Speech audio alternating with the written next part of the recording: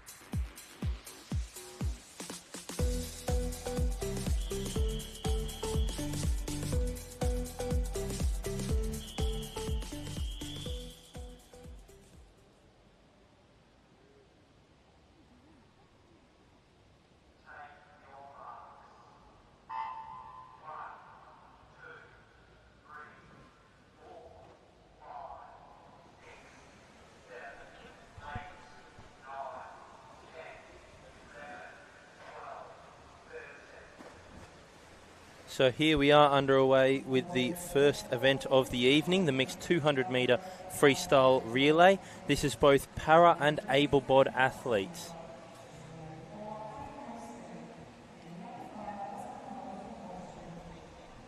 This race is a bit of a different one. So they had the starter signal and then they were counting down the time so that it is a handicapped start. So it was Western Melbourne Propulsion starting 13 seconds after Surrey Park Swim Club, and Ivanhoe Swim Club was in the middle, starting 10 seconds after them. So a bit of a different race. Hopefully it's nice and close towards the end. As you can see, we've got Surrey Park out in front, nice and early. The female swimmers in. Second leg, change over. They're going to run with two boys on the end here. We've seen James Shield from Surrey Park a couple of times. He's well known for his post-race celebrations, pumping up the crowd.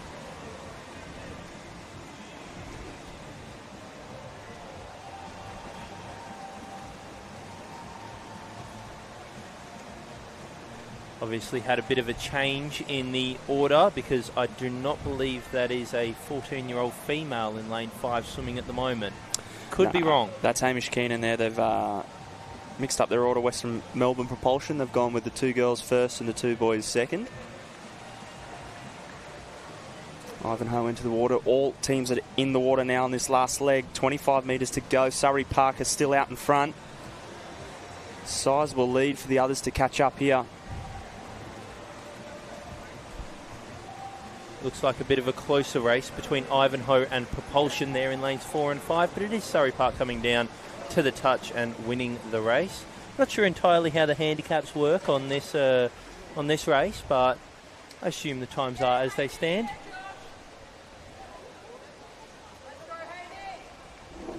So well done to all the swimmers there. We'll move on to event 41, the men's 12 and over 400 metre individual medley.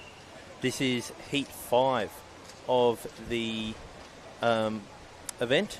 The first four heats were swum this morning, and so this is, in a way, the fastest heat.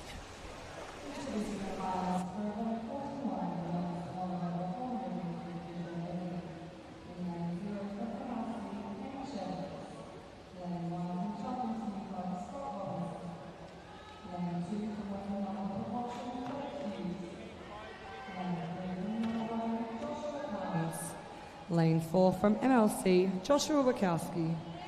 Lane 5 from Nunawading, Owen Williams-Polly. In Lane 6 from Cheltenham, Oscar Campbell. In Lane 7 from Melbourne Swimming Club, Harry McCraw. Lane 8 from Melton Swimming Club, Mitchell Davies.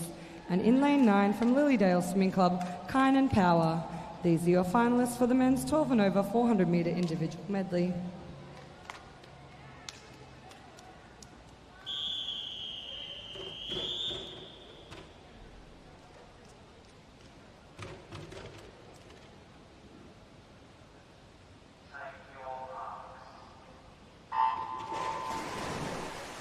Away we go now in the pool there. Lane number 6, great start from Oscar Campbell. Good intentions early in this butterfly leg. This the key to the 400 IM is making sure that you're out nice and quick, but you don't want to use a whole lot of that energy. You want to make this butterfly leg as easy as possible, as easy as you can make a 100 metre butterfly before starting to work over those arms in the backstroke, saving those legs for the breaststroke and just whatever you've got left in the freestyle. So Oscar Campbell leading us out there, 29.17. Looking to capitalise on the butterfly leg early. Trying to go with him out there in lane number 3 is Joshua Carnes. Turning a 30 point. Cast your eye down to the bottom of the pool there, you will see Kynan. He's also trying to get out there in those butterfly legs. We know that Harry McCraw, lane 7, is a great butterfly swimmer. He's just lagging behind a little bit, but then again, he is a 14-year-old in the more open age group. We'll see what he can do in this backstroke and breaststroke leg. So Oscar's still leading us through there, 103.08. You're looking for a nice smooth transition from stroke to stroke here. Because they're all obviously so different, you need to make sure that your transition into the wall is just as fluid as your transition out of the wall. Yeah, you can see there, not a huge kick from all the boys here, just trying to nice and relaxed. It's like a slight lead changeover as we head over to lane number 3 there. Josh? As a former champion backstroker yourself, what do you look for some easy backstroke speed? Lots of band-only swimming. Really enjoyed when we used to do short rest band-only backstroke. And that obviously isolates the legs. Isolates the arms, sorry. Oh, yeah. So you lose your legs with the band there, tight, can't move your legs, can't kick, and then you've really got to learn to keep your core straight. So we're thinking about keeping that body similar to a canoe or a kayak as possible, and high, relaxed rating. So you don't want those hips moving around all over the place, I'm assuming? Not too much, no. So as you look up to the board there, Josh Carnes, 2:15.24. He's done a good job on the backstroke leg now as he leads us through to the breaststroke leg. The good thing to see, and unfortunately you won't be able to see it at home, but here in the stadium you can actually see that when the splits come up, a green time next to their name actually means that they went faster than they did on the previous 50. So like I was saying in the butterfly, you want to make sure that you're building into the next stroke each time. So you need to come back faster in that second 50 than what you do in the first. And Josh is still doing a really good job here.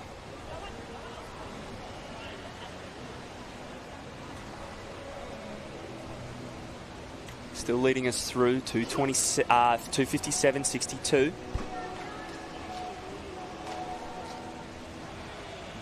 A lot of 40s and 41s on the board there for their first split.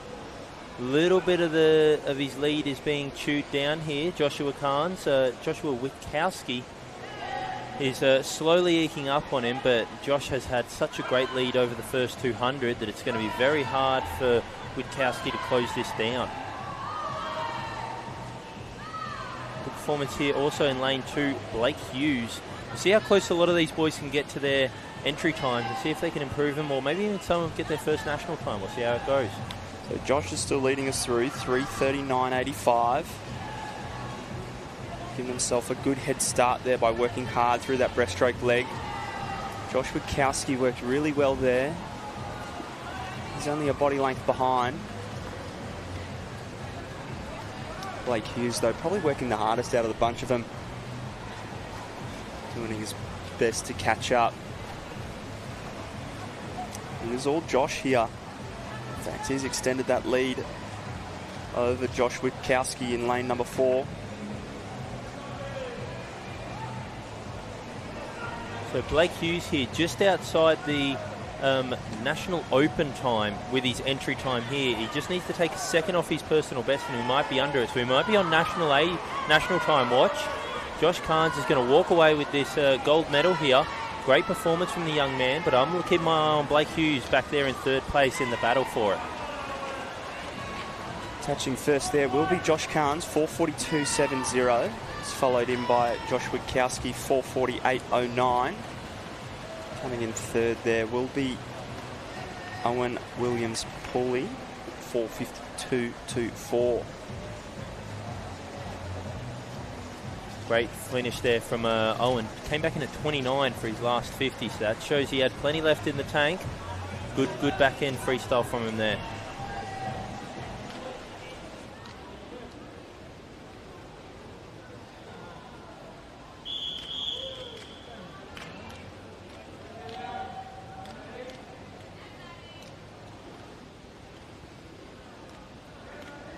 Introducing the finalists for event 42, the women's 12 and over 400 metre individual medley. In lane 0 from Melbourne Swimming Club, Amelia Luo. In lane 1 from Cheltenham Swimming Club, Madeline Harvey. In lane 2 from Surrey Park Swimming Club, Judy Hussain Aman. In lane 3 from Melbourne Swimming Club, Madison Cooper. In lane 4 from Nunawading, Dakota Mathers. In lane 5 from Cheltenham, Michaela Larkin. In lane 6 from Nunawading, Lucy Doyle. In lane 7 from Nunawading, Kayla Enters. In lane 8 from Ivanhoe Swim, Yara Lan Wang. And in lane 9 from Western Melbourne Propulsion, Tori Clare. These are your finalists for the women's 12 and over 400 metre individual medley.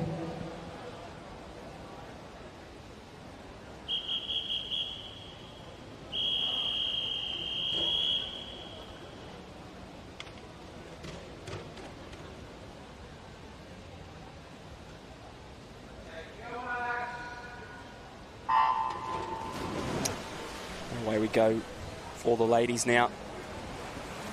Great start down there in lane number 6 from Lucy Doyle. She's going well, as is her teammate there from Nunawading, Dakota Mathers. She's our fastest qualifier here. Lucy Doyle, we know, is a good quality butterfly. Last night in the 100 butterfly walk for the 14-15-year-old girls, walked away with a bronze medal. And in the 200 IM, also got a close silver medal. So we know that she's a young, talented IM butterflyer based off night 1. Let's see if she can keep her momentum going into night 2 here. You can see the girls in the middle of the pool there in lanes 3 and 4 are open competitors over the age of 18 there. Dakota Mathers leading us through 31.44 for that first 50. Taking control of this race nice and early.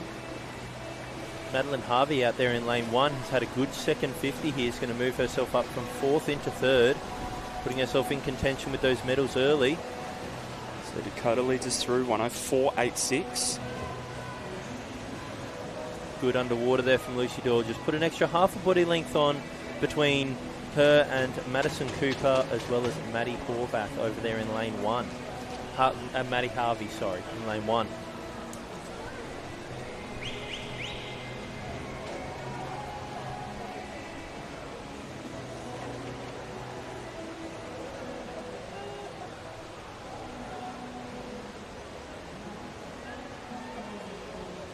Dakota Mathers, I believe, swam in the 200 butterfly yesterday, actually. So we know she's a very tough athlete, willing to do the hard yards on these long swims. Could you imagine anything worse than a 200 butterfly into a 400 IM? No, there's not too many worse combos. Maybe 200 breaststroke, actually. Going well, though, is Maddie Cooper's, though. She's a really strong backstroker there, so she's trying to make a bit more of a move here and stay with Dakota. Don't let Dakota get away too much. Dakota's got the fastest time by a considerable amount here on the board as we switch from backstroke to breaststroke. 2:22.87 there is Dakota. Michaela Larkin also putting herself into contention. Very good backstroke there. Wonder if she's related to Mitch. I don't think so. Might be.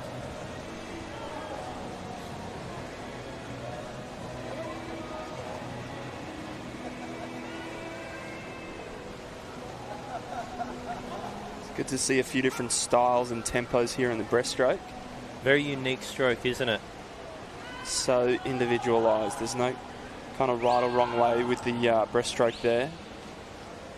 Do you have a favourite swimmer who swam breaststroke? Mine was Benno Negri. Benno Negri. His breaststroke was one of my favourite things to watch ever. That's a throwback. That's a very niche. That's some niche stuff there. I mean, you can't go past the greats. Brenton Rickard and Christian Springer. Oh, they had some great strokes to them. Very vertical, actually. Yeah. Swimming's very, very much gone away from that. You don't see those vertical strokes. They very much keep their spines on that 45-degree angle comparative to the water.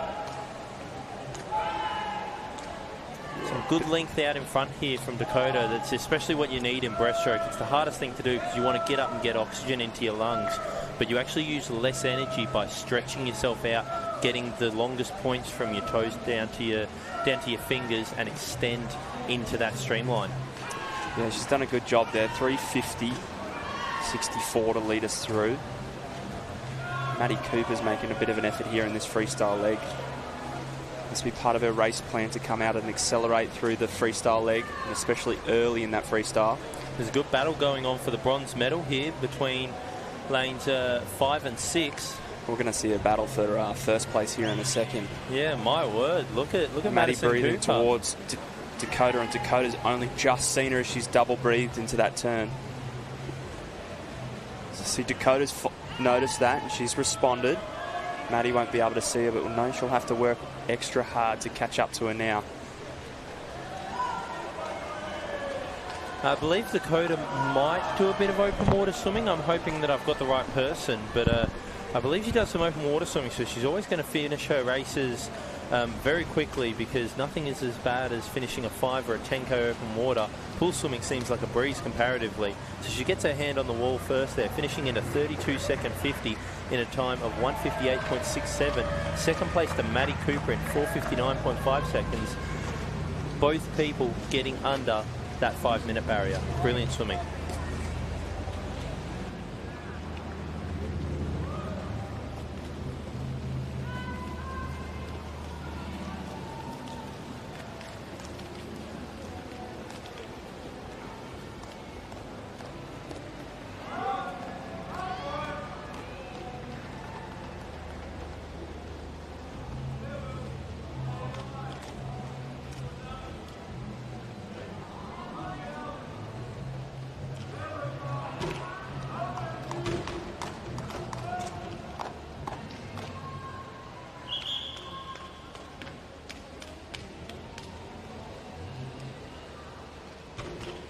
Introducing the finalists for event 45, the boys 14-15 years 100 metre freestyle. In lane 0 from CA Tritons, Daniel Nguyen. In lane 1 from Melbourne Swimming Club, Will Luo. In lane 2 from Melbourne Swimming Club, Gianluca Paradiso. In lane 3 from Ivanhoe Swim, Eli Billman. In lane 4 from Ivanhoe Aquapower, Leo Dong. In lane 5 from Melbourne Swimming Club, Luca Brown. In lane 6 from Bayside Swimming Club, Matthew Moran. In lane 7 from Nunawading, Lemuel Janasa. In lane 8 from Melbourne Swimming Club, Julian Birch. And in lane 9 from DVE Aquatic, Ashley Lansbury. These are your finalists for the boys 14-15 years 100 metre freestyle.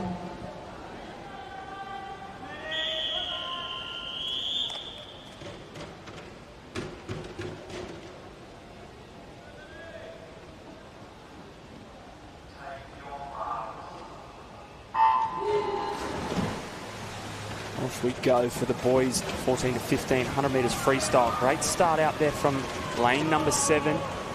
The mule, he's got off to an absolute cracker, but straight away Leon Dong. Saw him last night. Leo was great last night. Out away in the 100 metres butterfly. This could be one of the races of the meet. I'm really looking forward to this. Eli Billman had a big program this morning. It looks like he's up there and challenging Leo, but Leo, honestly, his underwater work is stunning. He's moving away from the pack. In third place there, you've got Luca Brown also trying to challenge for one of those medals. What a race this is from the boys in the middle. Yeah, Leon is absolutely dominating here as we head in with 15 metres to go. Eli swam the 100 really well, the 100 fly. Leo took out that 200 IM. He'll take the 100 freestyle though, 52.11. Eli in lane 3, 53.08. And Luca Brown, 54.39.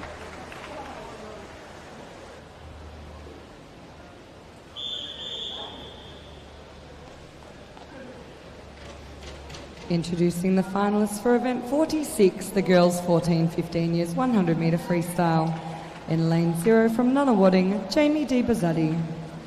In lane 1 from Nunawading, Zara Olawani. In lane 2 from Camberwell Grammar Aquatic, Aaliyah Wong. In lane 3 from Bayside, Imogen Murray. In lane 4 from Yarra Plenty Waves, Kira Jeffs.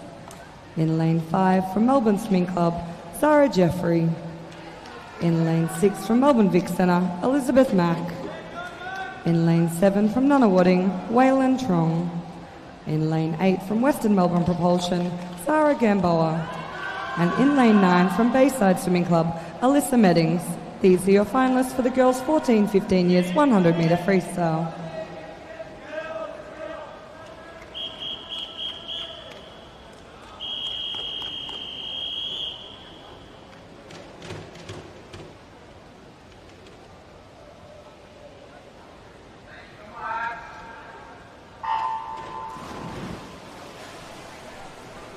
Away we go now with the girls. Great start in the middle.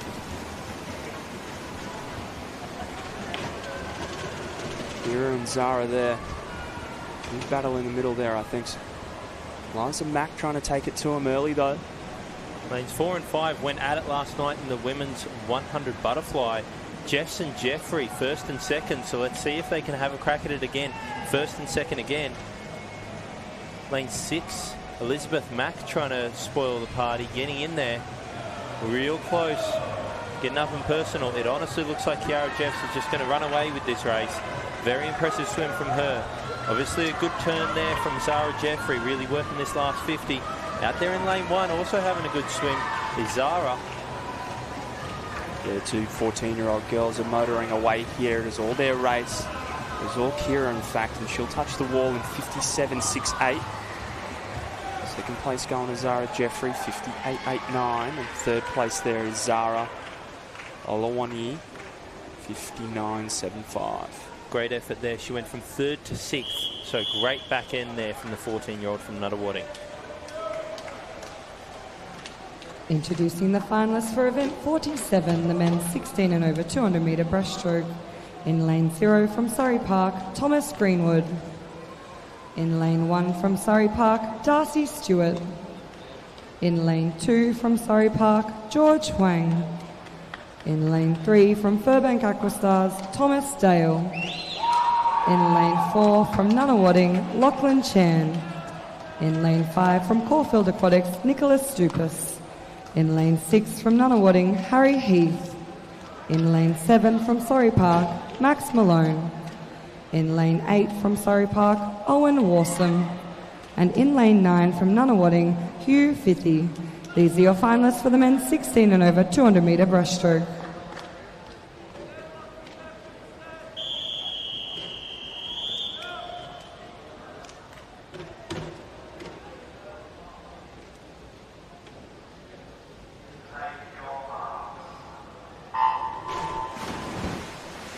Time now for the boys 16 200 metres breaststroke. Great start there from the Furbank swimmer, Tommy Dale. 22 years of age, so he'll go up against the young boys here. Lockie Chan's 18, Nick Stupa 17.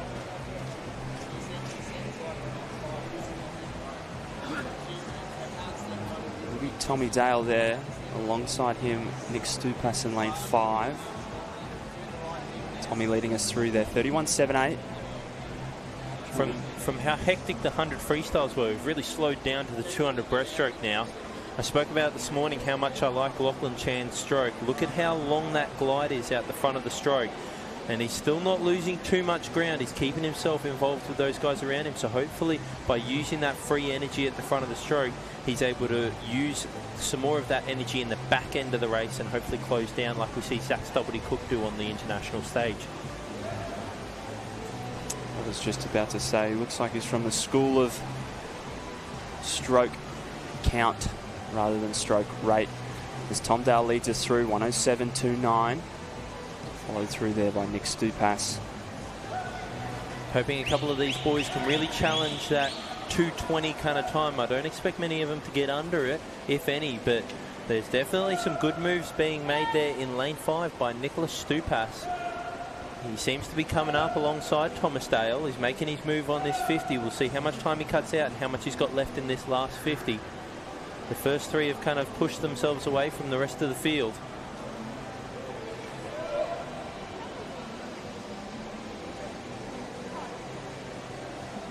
As we know from Zach Stubblety-Cook on the international stage, it's not over till it's over. Let's see how much these boys can move up through the pack and really challenge these quicker times. So we'll see now Lockie Chan making a bit more of an effort.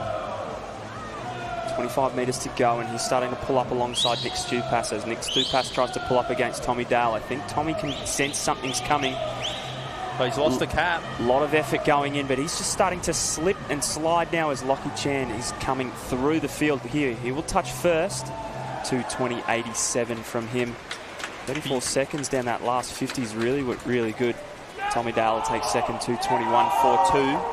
And Nick Stupas will come in third, 2:21.84. Losing a cap down that final 50 definitely wouldn't have helped Thomas Dale there. He'll have to go back and grab that, and I'm sure they'll have to delay the meet a little bit once he's ready to. But exactly what we spoke about, conserving that energy in that first 100, perfectly timed swim by Lockie Chan. You might say 34, you know, that's too much left in the tank on that last 50, but he timed it beautifully and got his hand on the wall first. Well done to the young man. Introducing the finalists for event 48, the women's 16 and over 200 metre breaststroke. In lane 0 from Melbourne Swimming Club, Annabelle Taylor. In lane 1 from PLC Aquatic, Lucinda Draper. In lane 2 from Nunawading, Salia White. In lane 3 from Melbourne Swimming Club, Amelia Otto. In lane 4 from Surrey Park, Farida Taha. In lane 5 from MLC, Stella Salamoni. In lane 6 from Ivanhoe Swim, Imogen Nolan. In lane 7 from DVE Aquatic, Amity Lansbury. In lane 8 from DVE Aquatic, Eliza Connolly. And in lane 9 from Nunawading, Giu Seo. These are the finalists for the women's 16 and over 200 metre breaststroke.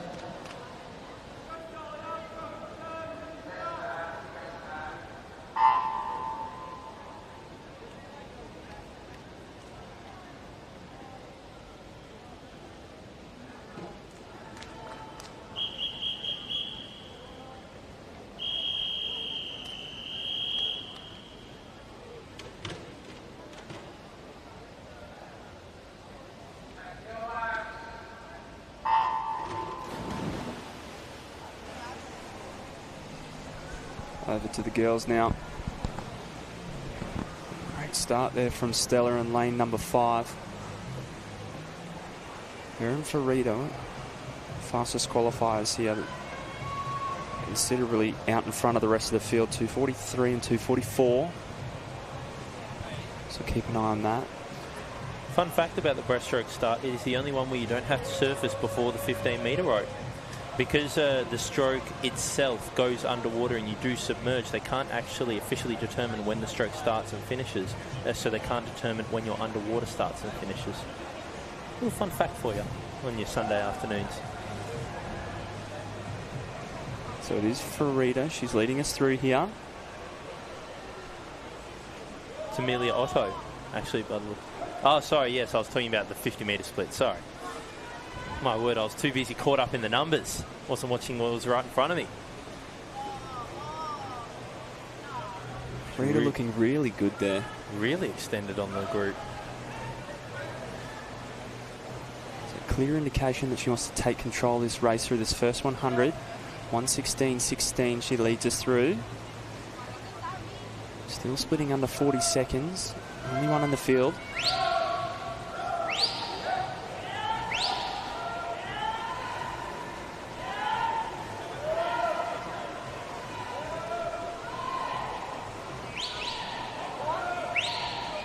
Farida is absolutely going for it down this third 50. Stranglehold over this race now. Good effort being made here by lane 6. Imogen Nolan gotten herself right up there in the mix with 50 metres to swim. See if she's still got any left in the tank. As well as that, next to her, Amity Lansbury. We've seen the Lansburys do quite well so far this competition. They're going to be really battling it out there with Amelia Otto over there in lane 3 for the final medal position today. With 25 minutes ago, it is all Farida. You can see the stroke rate lift on all of these athletes. They want to get their hand on the wall first. You kind of just throw technique out the window in the last 25 and really just hammer it and go for whatever you've got left. So come underneath the flags. Farida is all her race. She got out there early and she's turned it into her own. 2:39.91. She takes that one out. Stella Solomon 2:42.27. Third place going to Amity in lane number 7, 2:44.03.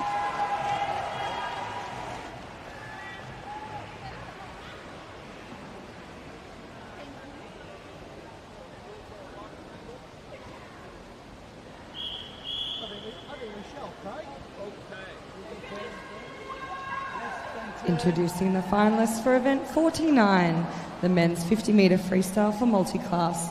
In lane 0 from Oasis Otters, Ethan Alexopoulos. In lane 1 from Yarra Plenty Waves, Cooper Harrington. In lane 2 from Western Melbourne Propulsion, Hamish Keenan. In lane 3 from Melbourne Swimming Club, Dominic Barnett. In lane 4 from Melton Swimming Club, Benjamin Wills. In lane 5 from Melbourne Swimming Club, James Logan. In lane 6 from Camberwell Grammar Aquatic, Ming Zi Pang. In lane 7 from Surrey Park, James Shield. In lane 8 from Ivanhoe Swim, Hugo Sierakowski. And in lane 9 from Yarra Plenty Waves, Ahmed Kali. These are your finalists for the 50-metre freestyle multiclass.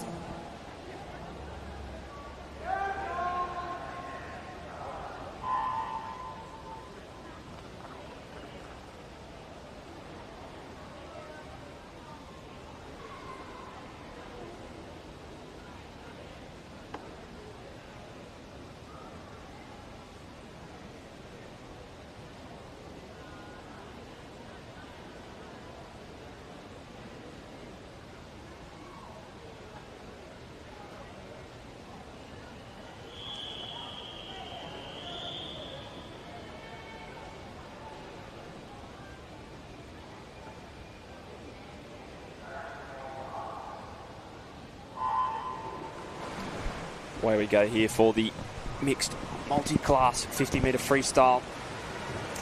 Got our male heat up first.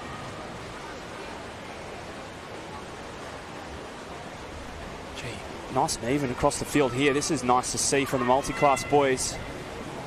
Really can't even split that. This is awesome. Wow. Just a bunch of white water going around. This is beautiful.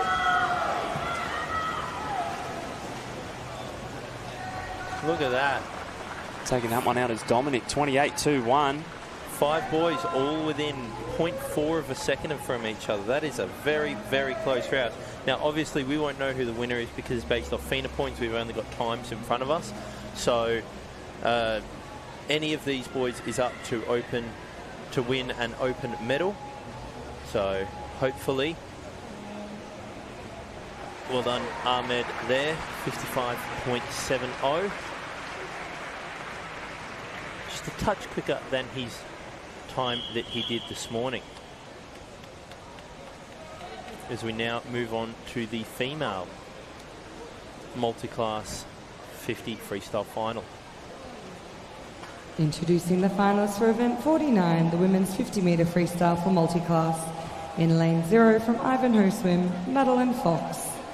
In lane 1 from Western Melbourne Propulsion, Scarlett Morgan. In lane 2 from MLC, Ruby Halliday. In lane 3 from Nunawading, Abigail Garbellini. In lane 4 from Western Aquatic Academy, Alison Feely. In lane 5 from Ivanhoe Swim, Grace Ryder. In lane 6 from Surrey Park Swimming Club, Emily Shield. In lane 7 from Monbulk Aquatic, Phoebe Edwards. In lane 8 from Essendon, Molly Griffin. And in lane 9 from Melbourne, Emily Cook. These are the finalists for the women's 50-metre freestyle for multi-class. So we see here two of the athletes just needing some help to get up on the blocks.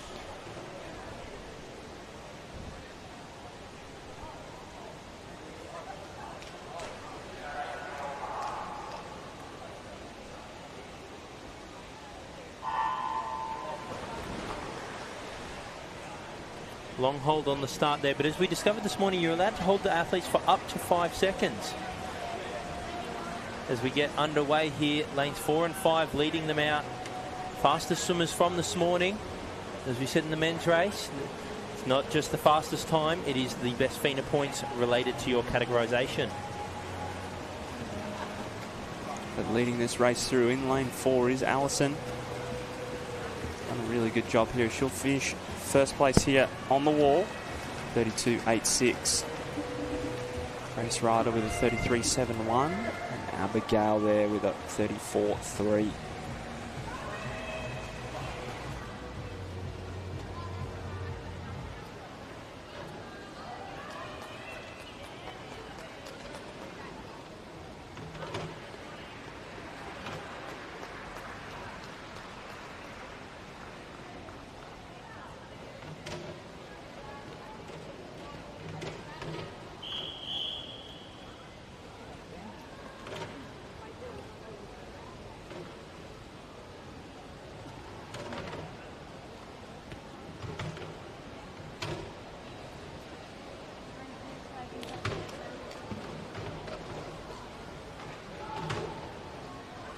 Introducing the finalists for event 52, the boys 12-13-year-olds 200-metre backstroke. In lane 0 from Melbourne Vic Centre, Leon Osborne. In lane 1 from Oasis Otters, Rain Lee. In lane 2 from St Kevin's College, Broderick Coyne. In lane 3 from Surrey Park, Lachlan Harris. In lane 4 from Surrey Park, Ishak Ismail. In lane 5 from Nunawading, Han Tang Wang. In lane 6 from Nunawading, Oscar Magalotti.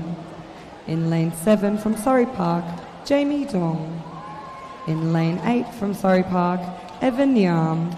And in lane 9 from MLC, Jaden Zeng. These are your finalists for the boys 12-13-year-olds 200-metre backstroke.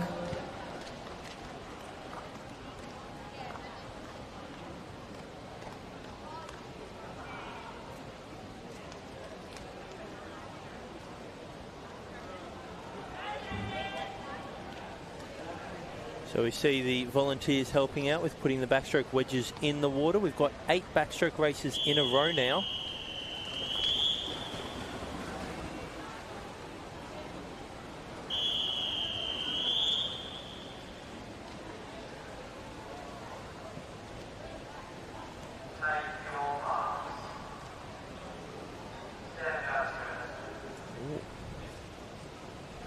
Just a little slip on the start there. It's all right, we'll just get a reset.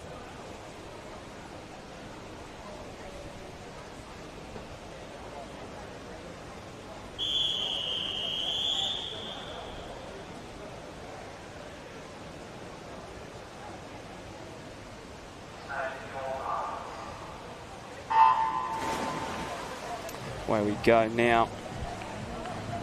Underwater there's in the middle from both the boys. fact, Tang trying to use all of that 15. It looked like he cut it close. Looked like he cut it very close to going past there. Wait for the officials towards the end of the race, but leading us through early here in this 200-metre backstroke is Ishak in lane number 4. Now we're seeing a lot of the boys that we've seen so far this meet. Ishak, Ismail, Hantang Wang, Oscar Magalotti, Jamie Dong, Lachlan Harris. We've all seen these boys quite a few times in these finals. They've got a big program this week. I know Ismail was in the last race this morning in the 400 freestyle, so he's not had much time to recover between this morning sessions and the afternoon, but that doesn't seem to be slowing him down at all. Well, he's clearly done a lot of training at the moment and he's in good form. He's continuing to extend in his lead early here. 107.67. Not much of an underwater. Utilising more of his on top of the water speed. When you so you were obviously an international level backstroker. What were 3 things you wish you knew, or maybe 2 things you wish you knew as a 13-year-old, developing your backstroke that would have made it easier for you later in your career? It's an interesting question. It's a good thing to think about. Probably that the speed into the wall correlates to speed out of the wall. So the faster you are into the wall, the easier it is to come fast out of the wall. Like throwing a tennis ball against the wall. Exactly. And then just being able to work on your core and sit up on top of the water as best you can. I think are 2 things that I wish I'd done better. You're seeing some good rotation here from Ismail. And a lot of power here from Wang in lane 5. It looks like Oscar Magalotti's really having a crack at this silver medal. Will almost certainly lock in a medal for himself. But it's Ishak Ismail that'll run away with it with a 220.67, followed by 223 and 224 from Wang and Magalotti respectively. Very good swim from those 3 boys up there, getting way under that 225, and Ishak even pushing close to that sub 220 mark. All boys faster than this morning. What was your preference out of the 100 and 200? 200 for sure. Hated the 100. Introducing Never the get going. finalists for event 53, the girls 12-13 years 200-metre backstroke. In lane 0 from Nunawading, Zihan Jin. In lane 1 from Melbourne Swimming Club, Macy Smither.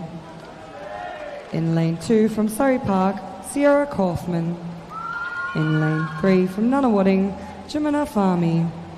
In lane 4 from Melbourne Vic Centre, Tiffany Miet. In lane 5 from Caulfield Aquatics, Zara Barr.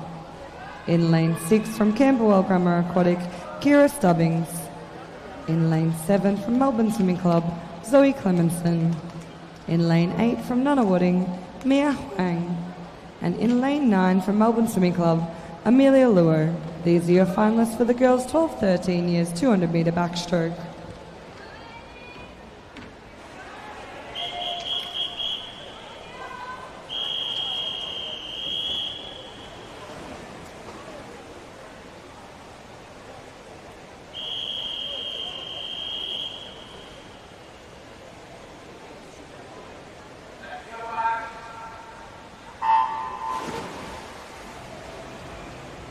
Tiffany Miet here in lane 4. We've seen a big program from her so far.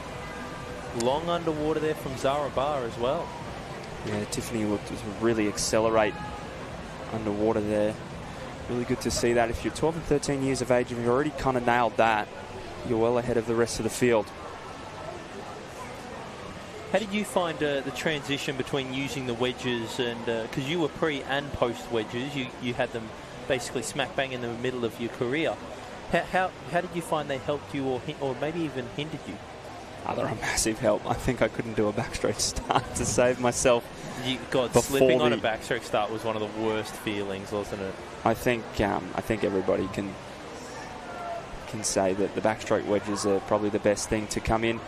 Probably even better than the kick block there for the freestylers. But yeah, probably Fina needs to go with a slightly different invention on that one. I think the Americans have got it down the Colorado timing systems, but that's all right. We've got volunteers to help us out. It's good to see the parents help us out. Tiffany leads us through here, 1:11.93. It's a great first 100, though. Hasn't quite gone back to those underwaters like she did on the start, so that's something to work on through here. But going with her is Zara Barr in lane number 5, and out there in lane number 2 is Sierra Kaufman. 200 IM bronze medalist from last night. How do they do it differently in America? As in the starting block? Yeah. The Colorado timing system retracts on itself, so you actually don't need the parents and the volunteers. They can stay in the stands and eat their Tim Tams. Oh, okay, interesting. So they lift up and down? Yep, on their own. Wow. So leading us through now is Zara Barr, 1:51.49. Tiffany's just faded a little bit, probably gone out a little bit harder than she anticipated. Maybe a little bit of nerves, a little bit of excitement there. It's a 38-second third 50 there for Zara Barr. She's really put the hammer down. 38 compared to Tiffany's 40. And the other two girls next to her put down a 39. Let's see if these other lane 2 and lane 3 can really push together. They're trying to get into those medals. Great swim here from Zara Barr. Coming back in a 35, 3 seconds faster on that last 50 alone. Second place there for Sierra Kaufman. And just sneaking into third, getting her hand on the wall, is Tiffany Miet over Jimena Fahmy.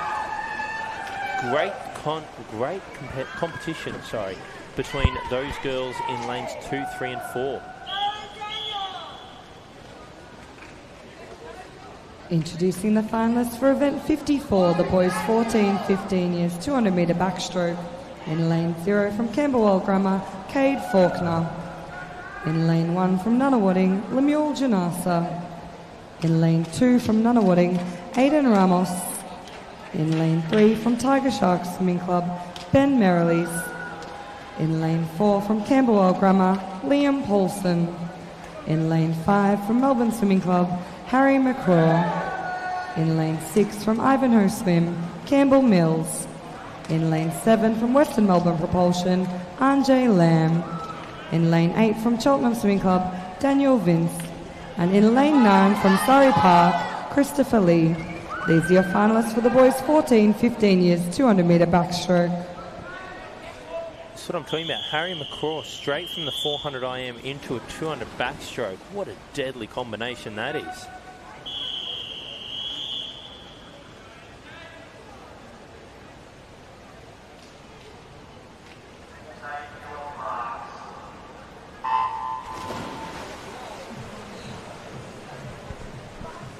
More sibling rivalry here. You're a brother in lane 3, is that? No relation to Ben, but a great last name nonetheless. Christopher Lee with an unreal start here in lane 9. Always good to see a swimmer on the outside, give it a crack early. But we do head over to see lane number 4, Liam Paulson leading us out. Fantastic start by him, and Baron Merrilees trying to go well with him on his outside. Great turn there. That's really working his way in there. You almost want underwater. You almost want the legs coming over in the same rhythm as your strokes, don't you? You don't want to have that long line, long pause into the wall where you're floating, waiting for the wall to come to you. You almost want to treat it like another stroke. Flip your legs over, bang, bang, bang, flip, turn. Very, very impressive. Very long here, isn't he, Ben Paulson, through his backstroke? Yeah, he's doing a really good job here. First 100 through on 1:04.04. So looking nice and easy. Probably just want to see a little bit longer underwater, but a 200 backstroke does take it out on those legs. Going well now, accelerating through that turn and coming off it really well is Harry McCraw. He's trying to go up with Ben Merrilees as they try to chase down Liam. Did you use a nose clip when you did your backstroke? No nose clip for me. I could use my top lip to block my nose. Or with that mo, I'm sure. There's no mo back then. It took a long time for that to come through. Liam Paulson doing a really good job there. 33s across the board so far. He's just been nice in control. Really consistent stroke, really long. Just really steady. Great head position. I'm assuming you often did the drill where you put a bottle on your forehead or a cup on your forehead to make sure that you had a nice still head. Yeah, that's a staple. Always a little bit of fun to do that at the end. Bit of warm down. As we come under the flags now, will be Liam Paulson. He'll take this one out to 11.36. Finishing second will be Ben Merrilies, 2:15.15, and 2:18.03 for Harry McCaw there. You wonder if Harry had a little bit of energy taken out of him in that 400 IM there before going into that 200 backstroke. He looks very tired, I will say, as the swimmers make their way up the lane rope and we get ready for the girls 14-15 years 200 metre backstroke. Introducing the finalists for event 55, the girls 14-15 years 200 metre backstroke. In lane 0 from Nunawading, Sarah Olawani. In lane 1 from Lebanon Wyndham Aquatics, Madison Baker. In lane 2 from Ivanhoe Swim, Emerson Hogan. In lane 3 from Nunawading, Lily Chan. In lane 4 from Yarra Plenty Waves, Kira Jeffs. In lane 5 from Ivanhoe Swim, Yaralan Wang. In lane 6 from Essendon District Aquatic, Megan Lee. In lane 7 from Furbank Aquastars, Phoebe Scarf. In lane 8 from Melbourne Swimming Club, Grace Dobie. And in lane 9 from Western Melbourne Propulsion, Hannah Ristig. These are your finalists for the girls 14-15 years 200 metre backstroke.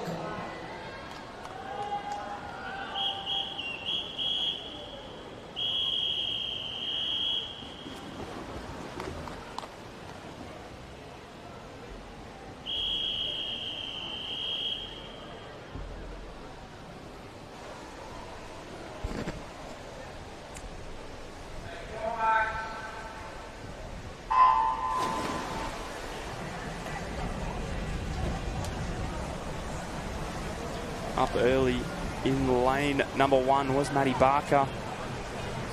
Girls down on the far side are going really well. Lane number 8, Grace Dobie doing really good. Start us off here this first 25. Starting to take control as you expect is Kira Jeffs. Grace Dobie, winner of the 200 breaststrokes. You wouldn't expect her to see her up and about in this 200 backstroke. Very different events. An interesting combo from her. Very versatile athlete, but it is Kira leading us through. After getting that job done in the 100 freestyle earlier in the program, she's backing it up almost immediately. Great power through the back end of the stroke there. You can see her press forward at the end of each stroke. You spend that first half of the stroke grabbing the water and then pushing it out in the second half. That's where you generate most of your power. Grace Dobie out here, still not going away. Will be Kira Jeffs though, leading us through 1:10.05. Straight up and about. She's moved from third up to second.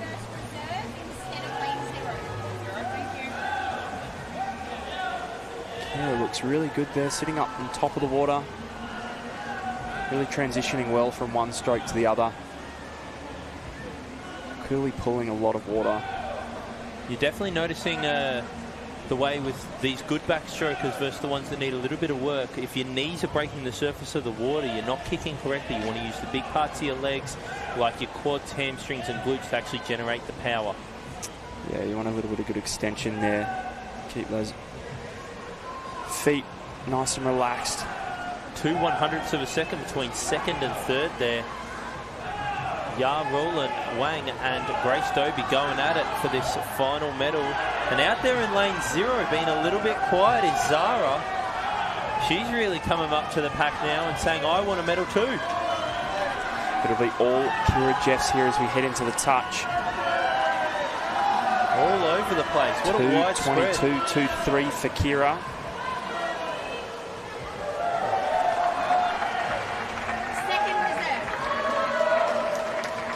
Second place going to Grace there, 2:27.43, and third place there for 2:27.57 is Yarul.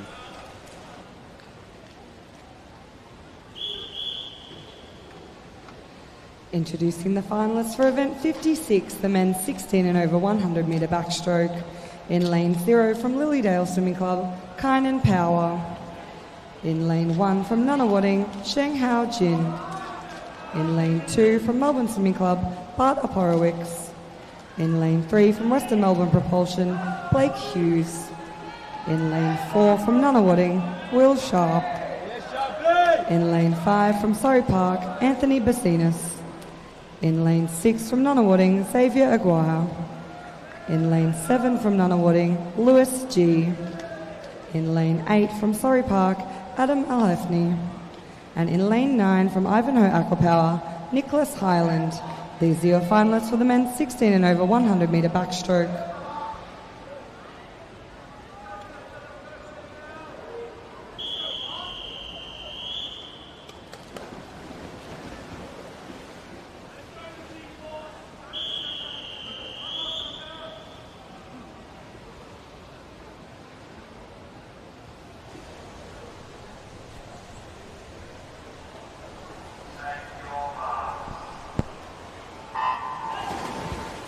Don't mind a little bit of games and a bit of backstroke there, especially 100 metres. Few late pull-ups there, and using all the 15 metres was Anthony in lane number 5. Great start from him. Going with him, though, will be Will Sharp. He'll be our favourite. How important, very different heights between the two. Will Sharp, pretty average height of a human, but Anthony, big boy, big tall ball. You like that extra range and the extra width in the arms, especially for backstroke.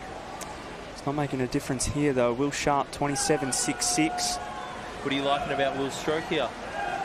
Stroke rate is up really high, which you like to see in a 100 metres backstroke. And he's continuing to motor here as we head to the 15 metre rope. Got a body length ahead of Anthony. No signs of slowing down. Now he might have just hit the wall a little bit here, starting to tire now. You can see that rate has just dropped. Comes into touch 56.6, which is a nice swim.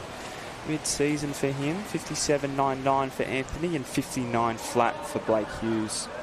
Good swim by all three of them. All three faster than this morning, which is what you want to see. You want to see yourself post a good time in the morning and then extend on that in the afternoon. That's a great way of swimming heats and finals. So well done by those boys in the middle lane there. Xavier Introducing the finalists for event 57, the women's 16 and over 100 metre backstroke. Just missing out in on lane that 0 from sub-60 swim there. Jordan Barnwell. Love to know what his personal best is. In but lane 1 from MLC, Grace Cox. In lane 2 from Melbourne Vic Centre, Emily Tulloch. In lane 3 from Furbank Aquastars, Sarah Cooper. In lane 4 from Nunawading, Alyssa Lever. In lane 5 from MLC, Sione Kinzet. In lane 6 from Melton Swimming Club, Alicia Brownbill. In lane 7 from MLC, Bella Murchie. In lane 8 from Caulfield Aquatics, Ashley Dunn. And in lane 9 from Nunawading, Melissa Sharp. These are your finalists for the women's 16 and over 100 metre backstroke.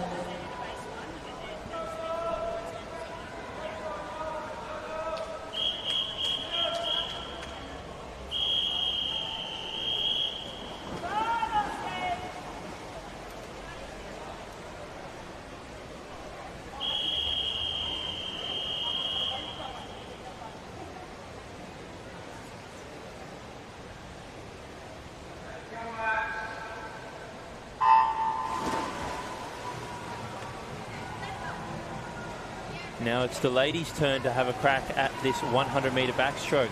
Great start from Melissa Sharp.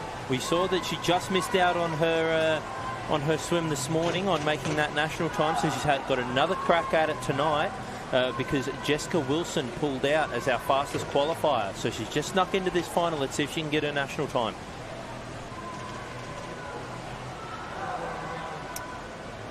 Will be Alyssa Levy, though. She'll lead us through 31.47. Good underwaters from her. Sitting up, using all of her stroke rate there. Strong through her legs as well. Look for just to lean back a little bit more as we head down this last 15 metres. Working hard, Sarah Cooper on her outside there.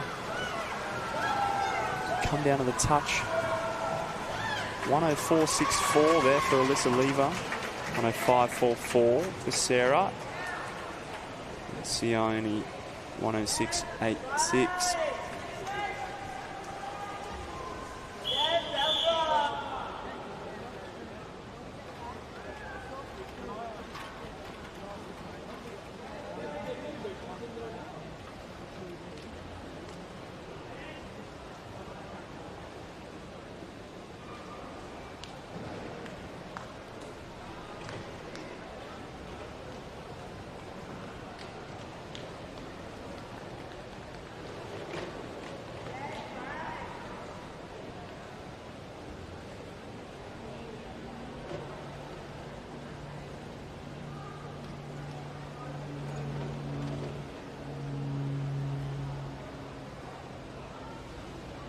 Introducing the finalists for event 58, the men's 50-metre backstroke for Multiclass.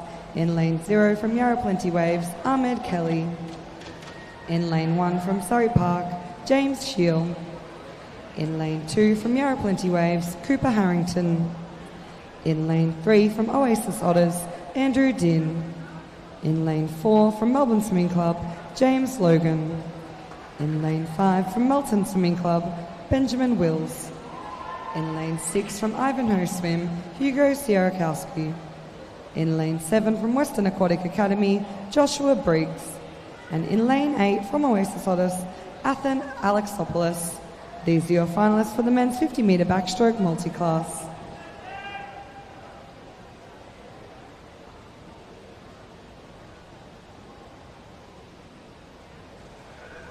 Once again, back with the multi-class event. We've got the men's final first here in the 50-metre backstroke multi-class.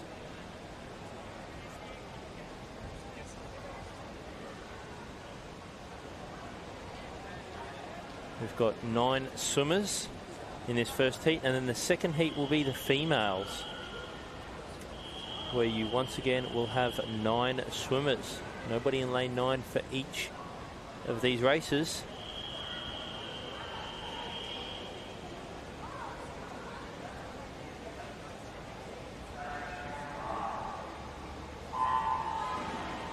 A lot of these boys had a good crack at it this morning, so let's see how close they can get to tonight's swim. You're out in the middle there, going really well early is Logan James. Such a feature in the multi-class events. I'm really looking forward to lane 1. James Shields, seeing what his celebration is going to be like after this race. He's got to get under a 41.86. James thrashing to the wall there. Oof.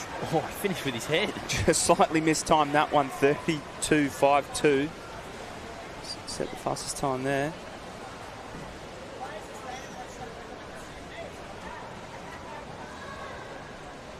He's moving his hand a little bit. I think that he smacked his hand on the top of the touchpad as well. Yeah, his stroke rate was through the roof there. Definitely can miss the flags. I've seen it happen on the Olympic level as well, where you some athletes, I think a Frenchman at the Olympic Games, missed the flags and therefore missed out on the final. It's always tragic when you do.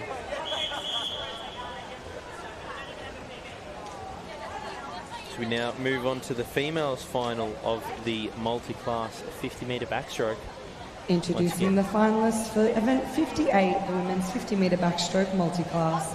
In lane 0 from Melbourne Swimming Club, Laura Stobie. In lane 1 from Essendon, Molly Griffin. In lane 2 from Surrey Park, Emily Shield. In lane 3 from Western Melbourne Propulsion, Scarlett Morgan. In lane 4 from Nunawading, Abigail Garbellini. In lane 5 from Ivanhoe Swim, Grace Ryder. In lane 6 from Monbulk Aquatic, Phoebe Edwards.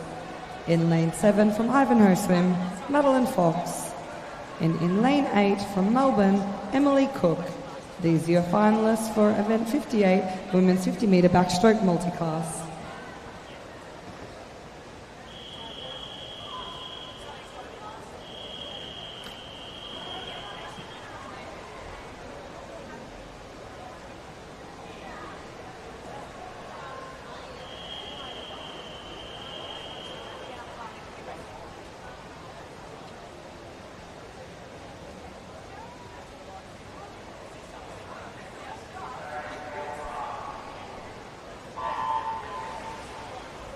Here we go, underway. See, not all of these athletes are requiring a wedge to start. But in the middle here, Abigail Garbolini getting us underway. Very high stroke rate. We saw her earlier in the 50-metre freestyle. She's now having a crack at the 50-metre backstroke, being pushed by Grace Ryder up there. Another good race over here between Madeline Fox and Emily Cook.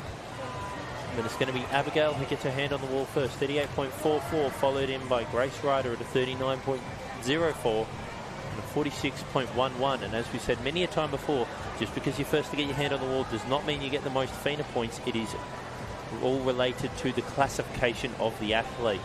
So we'll wait to see the results. And then we'll find out who gets the gold, silver and bronze. So we get Laura Stobie to finish there out in lane 0, finishing in a 108.29, taking off 0.8 of a second off of her swim this morning. So you love to see that. Good improvement from each of the finals. Make the final and then improve on your time and hopefully get yourself in contention for those medals. So good quality swim from all those in the pool. Introducing the finalists for event 59, the boys 12-13 years 100-metre breaststroke. In lane 0 from Nunawading, Peter Trin. In lane 1 from Surrey Park, Aston Wilson. In lane 2 from Melbourne Swimming Club, Benjamin Shang. In lane 3 from Melbourne Vic Centre, Kai Witt. In lane 4 from Camberwell Grammar, Quinn Richards. In lane 5 from Surrey Park, Peter Kim. In lane 6 from Ivanhoe Swim, Andrew Spencer. In lane 7 from Surrey Park, Ishak Ismail. In lane 8 from Nunawading, Han Tang Wang. And in lane 9 from St Kevin's College, Jacob JT Guhan. These are your finalists for the boys 12-13 years 100-metre breaststroke. Back on here for the 100-metre breaststroke for the 12-13-year-olds.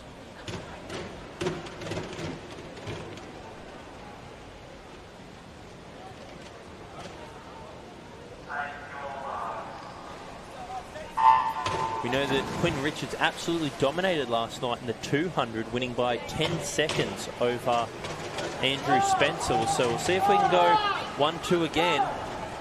Yeah, he's seated really well here. He's 5 seconds ahead of the rest of the group here. 109.12 from this morning.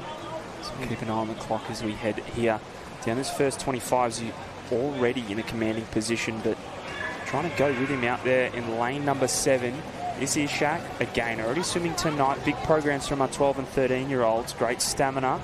Will be Quinn Richards, though, 33.59 through the first 50.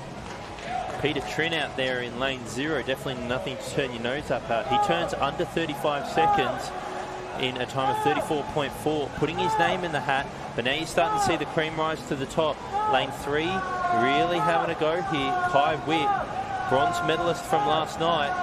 But honestly, it's Quinn Richards absolutely running away with it. And I'm surprised by Ishak Ismail. Surely this kid has a weakness at some point. He's flying into the medals.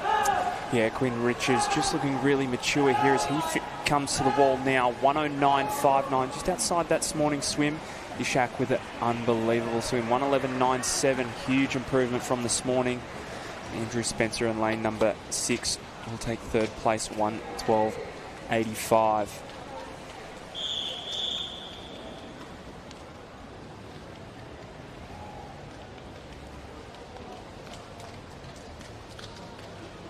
Introducing the finalists for event 60, the girls 12-13 years 100-metre breaststroke. In lane 0 from Nunawading Swimming Club, Summer Zhu. In lane 1 from Melbourne Swimming Club, Chelsea Zhang. In lane 2 from Ivanhoe Aquapower, Amelia Grover. In lane 3 from Nunawading, Anna Kang. In lane 4 from Yarra Plenty Waves, Tess Izzard. In lane 5 from Yarra Plenty Waves, Renee Lister. In lane 6 from Surrey Park, Leanne Hussein Aman. In lane 7 from Melbourne Swimming Club, Cecilia Jintong Yang. Lane 8 from Surrey Park, Ada Jinxing Zhuang. And in lane 9 from Melbourne Swimming Club, Elsa Wang. These are your finalists for the girls 12-13 years 100 metre breaststroke.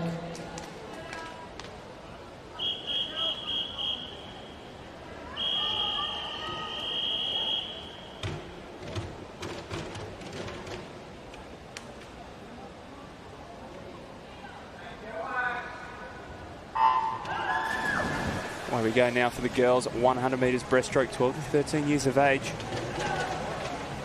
Master Eye here. Great start there from Ada in lane number 8. Going to take herself all the way to the 15 metres. Even start across the board. Yarra, girls from Yarra, plenty waves in the middle there.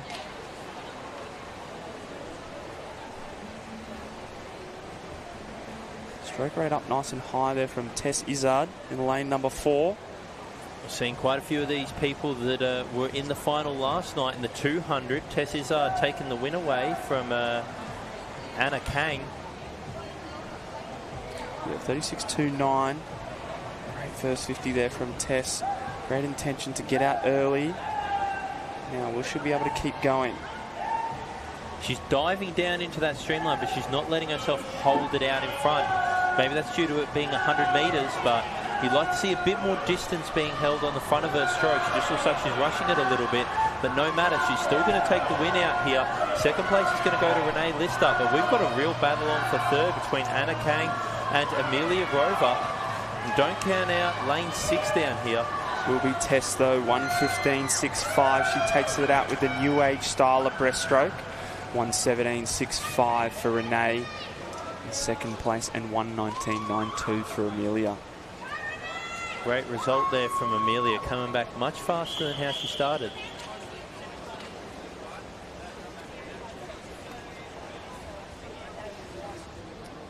Introducing the finalists for event 61, the boys 14-15 years 200 metre freestyle. In lane 0 from Nunawading, Yixin Jiang. In lane 1 from DVE Aquatic, Ashley Lansbury. In lane 2 from Melbourne Swimming Club, Gianluca Paradiso. In lane 3 from Ivanhoe Swim, Eli Billman. In lane 4 from Camberwell Grammar Aquatic, Liam Paulson. In lane 5 from Melbourne Swimming Club, Harry McCraw. In lane 6 from Bayside, Matthew Moran. In lane 7 from Bayside, Keegan Bilsma. In lane 8 from Melbourne Swimming Club, Liam Walker. And in lane 9 from Cheltenham, Ashton Robinson.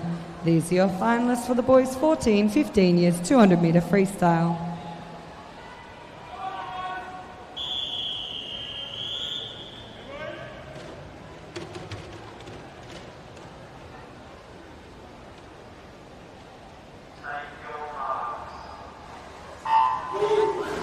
Now this is where my bread is buttered. I absolutely love watching the 200 metre freestyle. Got some good quality swimming out here. Liam Paulson, we saw him earlier on in that 200 metre backstroke, so let's see what he can pull out. And Harry McCraw with his third event of the night already. 400 IM, 200 backstroke and 200 freestyle. My word, this kid is working himself into the grounds. Looking good early, nice and long on that stroke is Eli Billman. He'll turn first, 26.84. Looking to control that race from the first 50. See how many of these boys can get under that magical 2-minute marker. I'm really liking the way that Eli places his hand into the water with his left arm. You can see on his breathing stroke, he really extends the arm and gets onto that stroke so that he can propel himself through the water even though he needs to take a breath. Really liking the way he's looking. He's dragged John Luca as well as Liam Paulson through here this first 100. Will still be Eli, 57.27. The boys are giving themselves a chance to break 2 minutes. 30.1 on that second 50. You really want to see nice consistent splits on those last 3 laps. You need to be keeping them within half a second if possible. Don't want to be fading away or saving up too much and then expending it all at the end. Liam galloping there and looking good, taking it to Eli. Both boys gone stroke for stroke. We'll see which way they're breathing. Great turn there by Eli. Unfortunately, Liam just got a bit jammed up on the wall, got a bit too close. But we'll see if he can swim his way back into contention here. Eli is looking absolutely stunning with the length of the front of his stroke, but Liam is not going away immediately. We've got a great race on here. Liam's definitely carrying up his ground. Both boys well under that 2-minute mark. Great swim. 1:57.57 for Eli. He takes that one out. 1:58.14 for Liam. And Jean-Luc got carried early and held on there for third place. 2:02.26.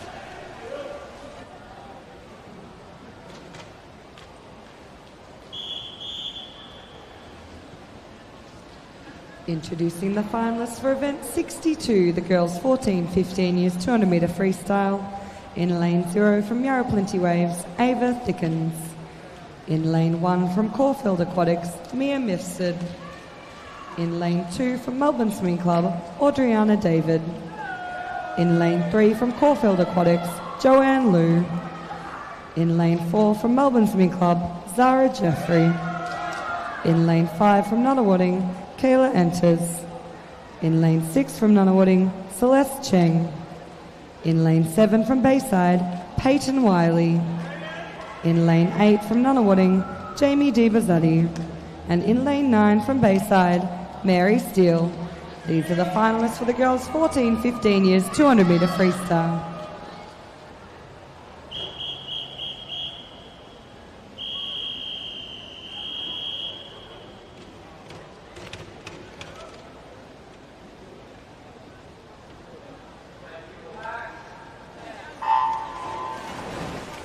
Where we go now for the girls, 14-15 200 metres freestyle. Great start in the middle there from Zara Jeffrey.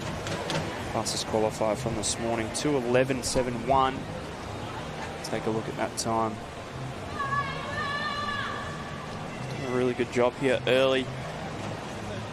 See who can keep up with her though. Joanne in lane number 3 doing a good job. Girls in lane 5 and 6 as well. Out in lane 9's not too far away either. Mary Steele in 5th position. Really close, though, to those girls in the middle of the pool. Let's see if she can sneak up and maybe sneak into those medal contentions. Great first 50 there from Zara. 29.82, under 30 seconds. Zara Jeffries last night pushed Kiara Jeffs in the 100 butterfly. However, just by her lonesome today, Kiara Jeffs has been doing the other events for the 14-15-year-olds, like the 100 freestyle and the 200 backstroke. So she has just decided to take this 200 off. Girls pretty even through that 50 there. 1:02.96 for Zara, still holding a little bit of a lead over the girls from Nunawading.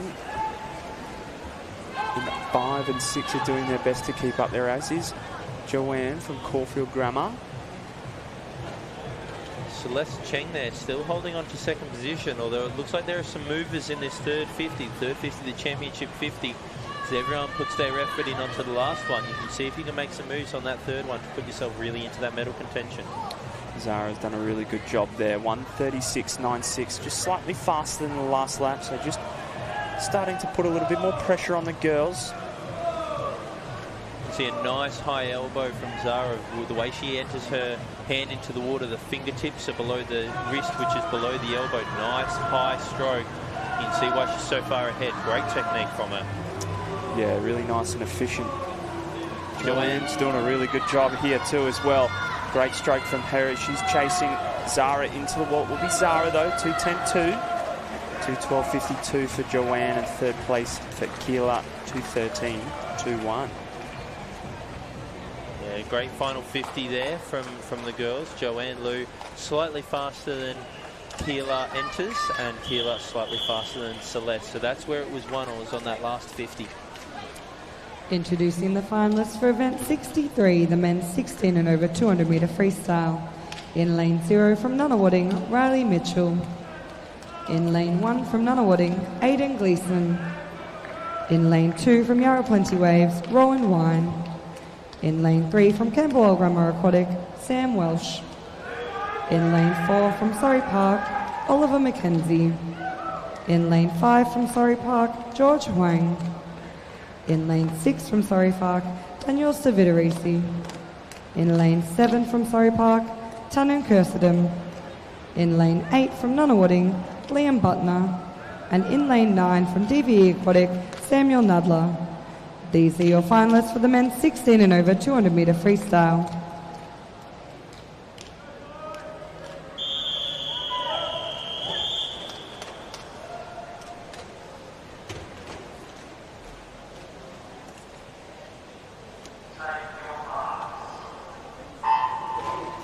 So far, lane 4 has won a medal in every race so far. So let's see if we can keep that going with Oliver McKenzie, Sam Welsh out there in lane 3, and George Huang there in lane 5. Lane 6, Daniel is having a real crack at this start. Doesn't want to blow too much energy early though, but you do want to put yourself in contention for a good swim.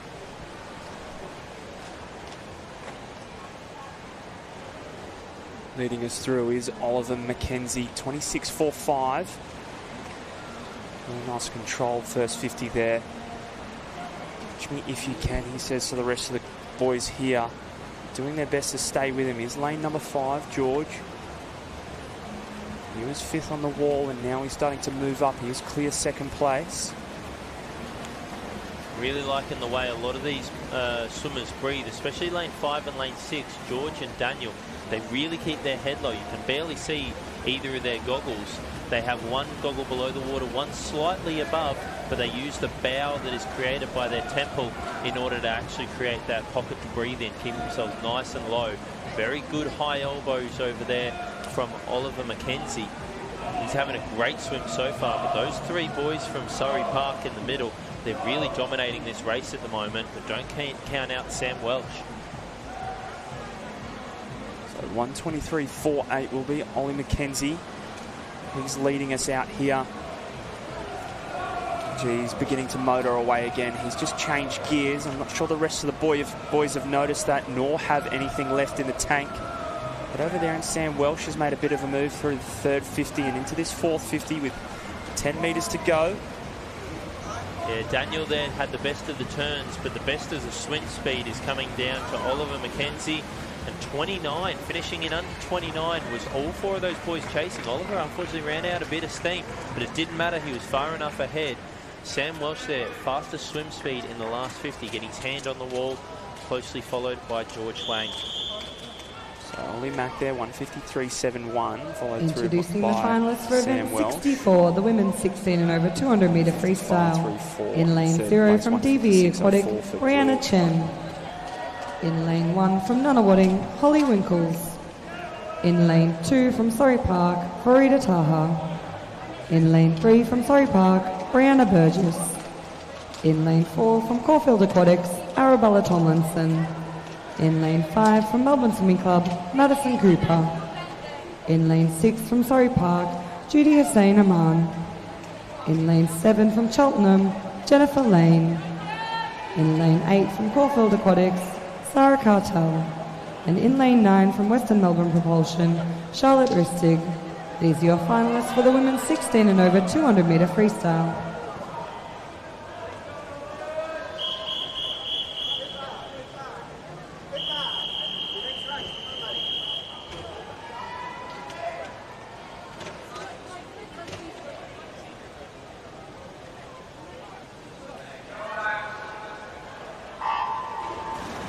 Straight underway here. My favourite thing about a 200 free is when you can see the game plan, when you can actually see that an athlete has a defined way of wanting to swim it. So we'll see if any of these girls can make it very clear. Obviously in the last heat, it was Oliver McKenzie. He just said, catch me if you can. And although he didn't have the fastest last 50, he had the fastest race. So we'll see what the game plan here is. Arabella Tomlinson, very much of the same mind, saying, come after me, girls. Let's see if any of you can get close. Out at 28.04, only 2 swimmers were able to get under that 30-second barrier. Yeah, clear intentions from her here. Sarah Cartel out there in lane 8 as well. But as we've seen with many a time before, a lot of these swimmers can start well, but it's about finishing well, especially on that third 50, building into the race. Clear race plan here from Arabella to be out as fast as she can. A lot of effort going in here. She turns in a 58.37. 30 seconds for a second 50 is lightning quick, but we'll see how she goes. Has she been training enough to hold on to this? Maddie Cooper trying her best to go with her. Those other girls in lane 7 and 8, they're having a battle. Interesting. A lot of the outside lanes started well, but there were only 4 athletes that went within that 32-second range for that third 50, and it was the 3, 4, 5, and 6. So those lanes really making sure that they're trying to push into those medals. They can say anyone can be fast, but my job is to stay within my lane, focus on what I'm doing, and it looks like it's paying off for Madison Cooper. She's really broken away from the field. Brianna Burgess there still has a bit of work to do against Jennifer Lane. They're holding it a bit close for that third position, the final medal. And out there, Farida, I'm so bad with names, man. Farida Tar is really having a go as well. Don't laugh at me, please. I'm trying. 203.59 from Arabella Tomlinson. Second place there, Madison Cooper. And in third place goes to Jennifer Lane. Out there in lane 7, a bit sneaky. Brianna Burgess might not have seen her. But lanes 4, 5, and 7.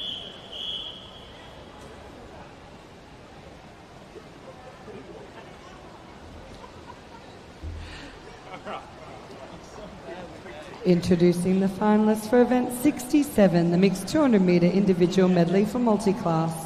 In lane 0 from Nunawading, Abigail Garbellini. In lane 1 from Montauk Aquatic, Phoebe Edwards. In lane 2 from Ivanhoe Swim, Grace Ryder. In lane 3 from Melbourne Swimming Club, James Logan. In lane 4 from Melton Swimming Club, Benjamin Wills. In lane 5 from Western Melbourne Propulsion, Hamish Keenan. In lane 6 from Camberwell Grammar, Ming Zi Pang. In lane 7 from Yarra Plenty Waves, Cooper Harrington. And in lane 8 from Ivanhoe Swim, Madeline Fox. These are your finalists for the mixed 200-metre individual medley multi-class.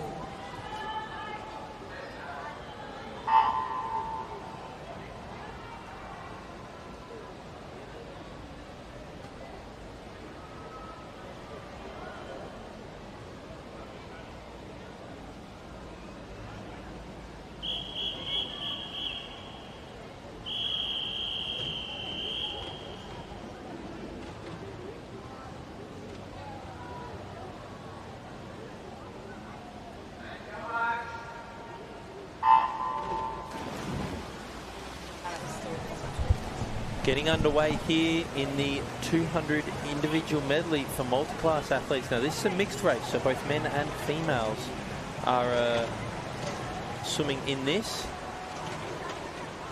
However, I believe the medals will be decided based on gender. Yeah, you'd hope so. That'd be a bit unfair. Looking here though,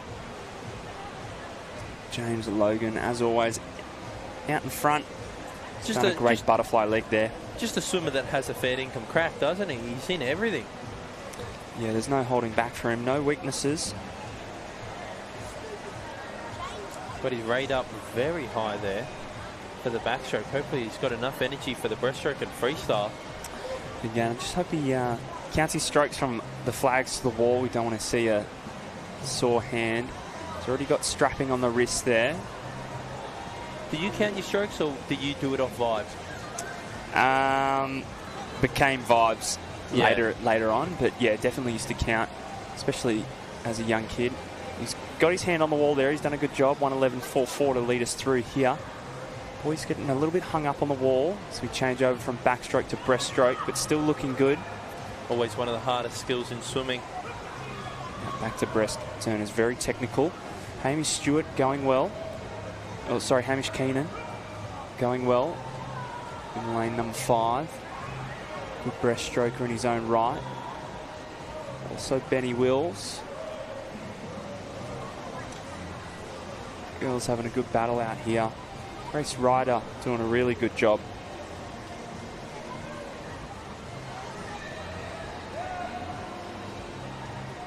Trying to stick with Grace. There is Abigail in lane 0. I'll head back to the front there. Hamish Keenan has done a really good job there. He's moved himself into first place and he's brought that kick in straight away.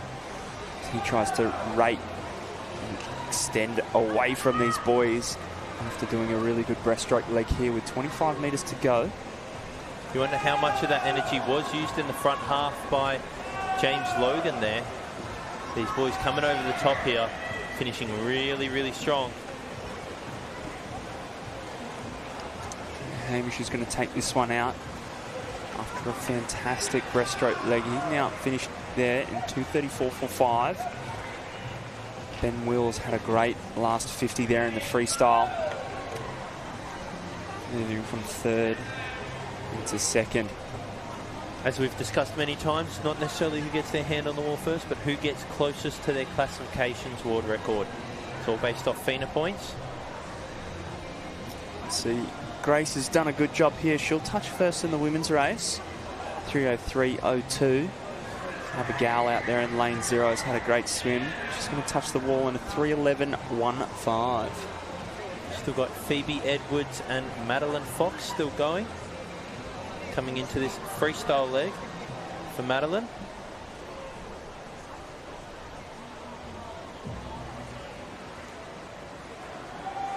Phoebe Edwards over there in lane 1.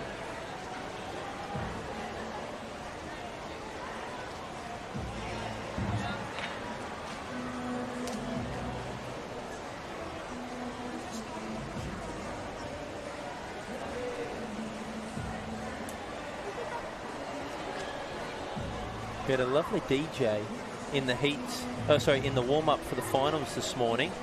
I hear he's fantastic. If any parents want to get here early, have a little boogie up in the stands. Used to have it during the session at State Age, didn't they? Who was the guy that used to run up and down the side of the pool deck that would pump up the crowd?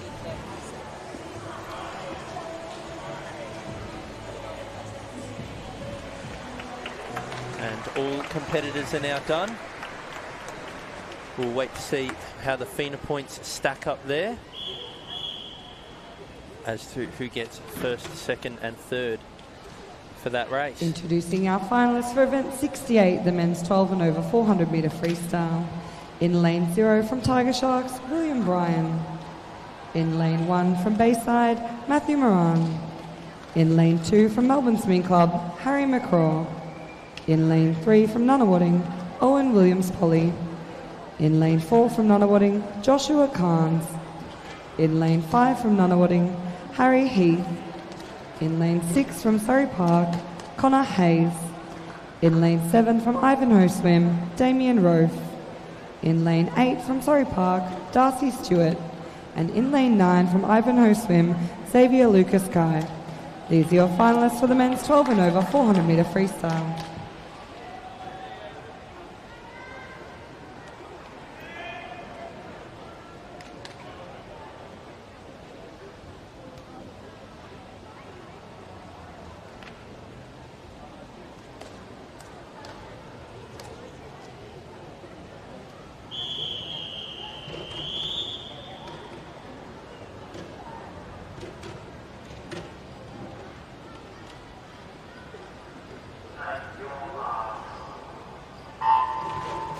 Away we go now for the boys. 12 and over 400 metres freestyle. Great mixture of ages here. Going out early. Nunawading boys in the middle of the pool there. Owen, Josh and Harry. Off the blocks quick as well as Matt Moran in lane number 1 from Bayside.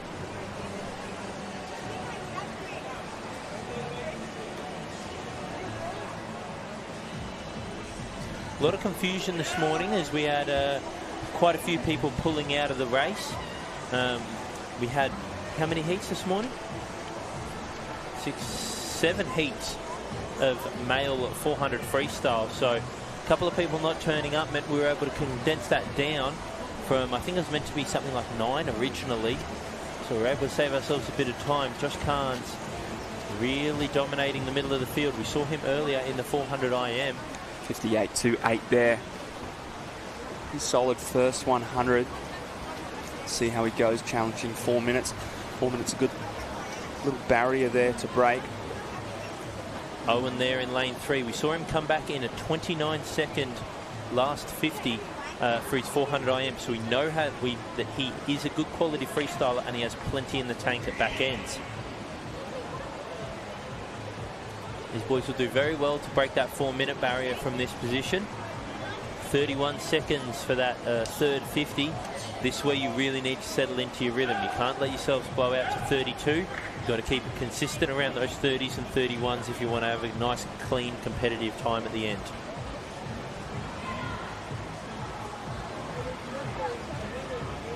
See, Josh here's really throwing himself at it. We've got a really good battle for third position. Connor Hayes, Damien Roth. And over there on the other side of the pool in lane number 1, is that? Matty Moran from Bayside Swimming. Yeah, there you go. Josh has just slipped out there outside the 30-second mark. Probably look to 2:01.08 there. So 1:58 for a 2:01. Probably looking to swim about a 4:06 mid to 4:07.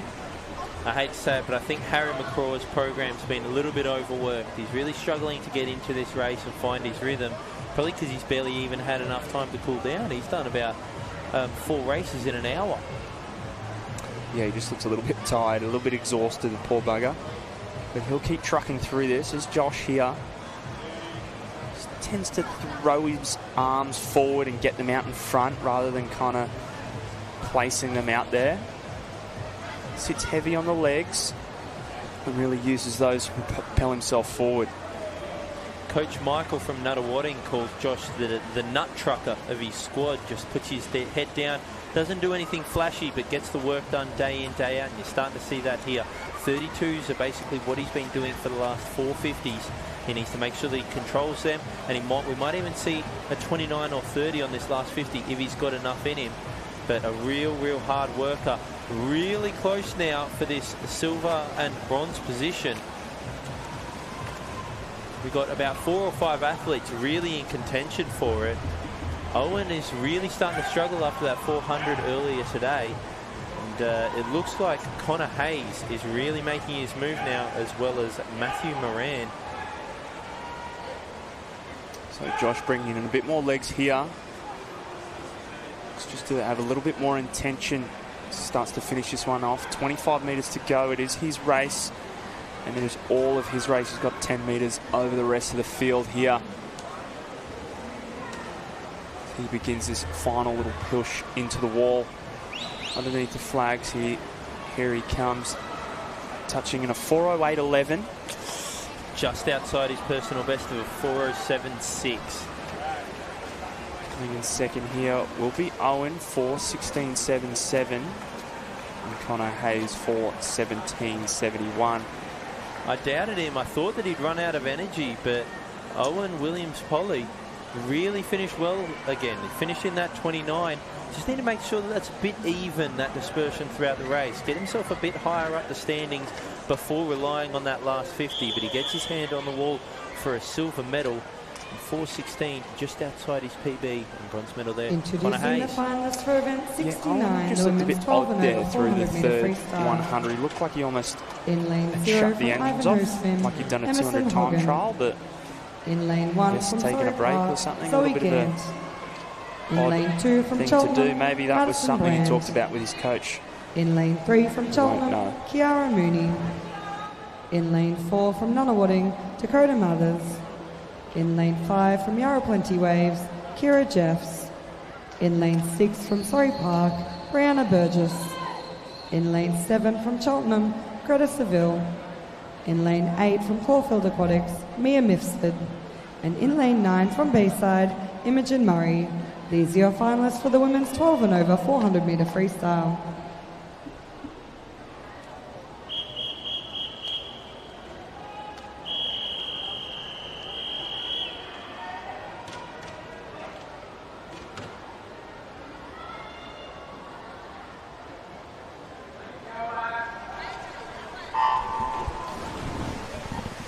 Where we go now for the girls 12 and over.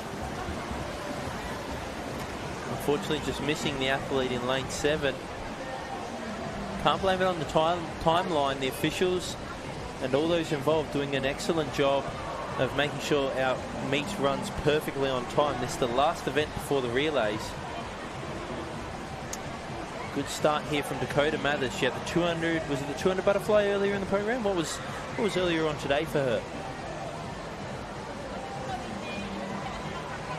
She might have had 400 IM, actually.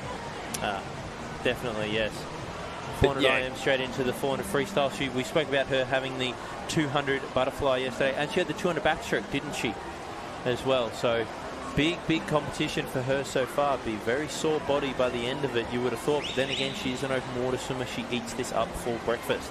There's two Cheltenham girls there in lanes 2 and 3. They're leading us through 1:02.84 there for Kira Mooney, 1:03.22 for Madison Brand. Teammates there. Girls are 16 and 17 years of age.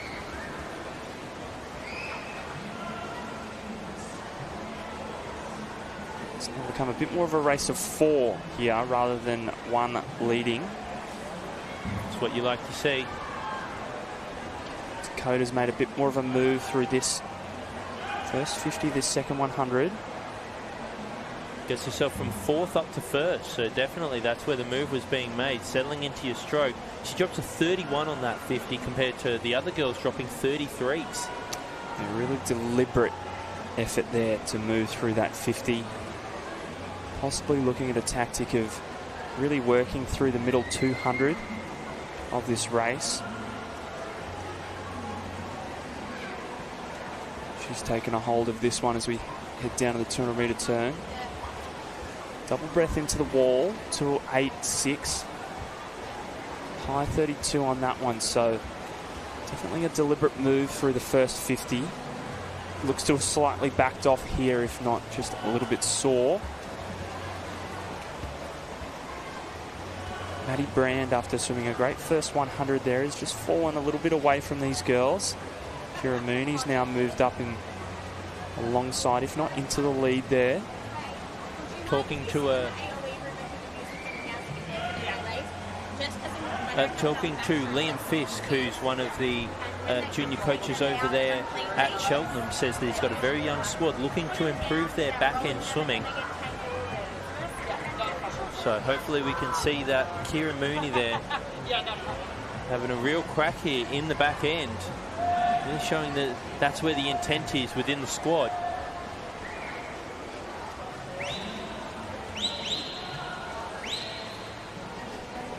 Kiara Jeffs, I was wondering earlier why she wasn't doing that 200 freestyles, because she was saving up for the 400, having a crack in the open age group. Gets her feet onto the wall in 3rd place. Yeah, 3:20.83 for her there. 14 years of age and doing a really good job. She one of the youngest in the field? There's a few other 14-year-olds. Imogen Murray in lane number 9. And Zoe Grant in lane number 1.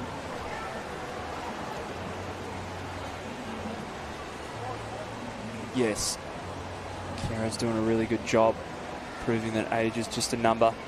Kira Mooney leading us through, though, doing a really good job. Just under 50 metres to go now.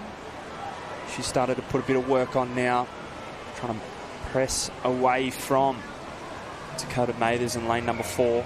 Here comes that kick. You can see the bubbles behind her. That's the extra effort that you want to see as a coach.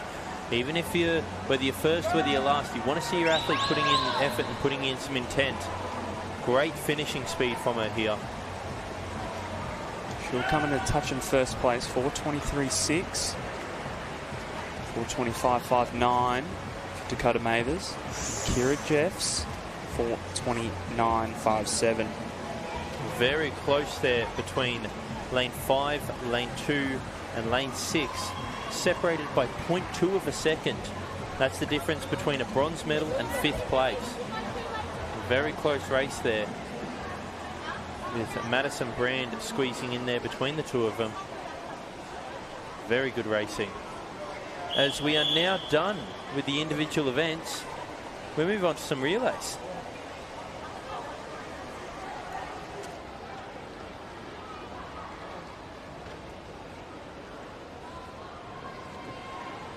We'd just like to, while the athletes leave and they set up for the backstroke wedges, we would just like to thank one of our major sponsors, Beyond Bank. The partnership will see financial wellbeing and scam awareness webinars delivered for the swimming community to help increase financial education within our young members. Beyond Bank understands that community matters to clubs and members, and they're looking forward to supporting and helping grow the swimming community. We've had many webinars back in our day where someone will come in and talk about life beyond the black line, where you follow it up and down, but there is actually a career to be had after it. I know a lot of swimmers are still involved with swimming even after their career. We saw Josh Hargraves, who's actually swimming here as a 27-year-old, is a physiotherapist, so he gets to help athletes out with any problems that they may have. Tara Kinder, one of our premier swimmers in Victoria and Australia, I believe she works reception at the VIS. So we love keeping our athletes connected with the sport, and Beyond Bank gives you a way to do that with some financial well-being.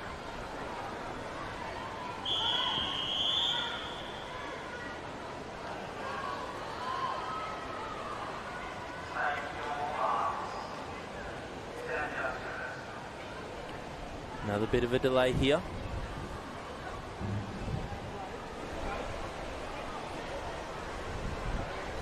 Officials going over to sort out the problem.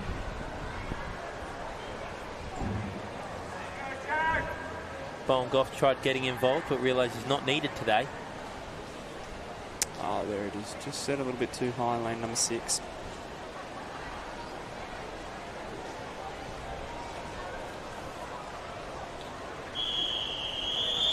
Not sure many of these young fellas have used a wedge before, so an opportunity for them. In the Quick 12 tip and under category, yeah, definitely. Quick tip for them. Any of these boys who come back and listen to this, or young girls, get the ball of your foot over the top of the entire wedge, and then as you push down, the wedge will hold you in place. But away we go. Down this first 50, this 4x50 medley relay, 12 years and under. Very important also to note, some part of your foot still must legally be touching the touchpad.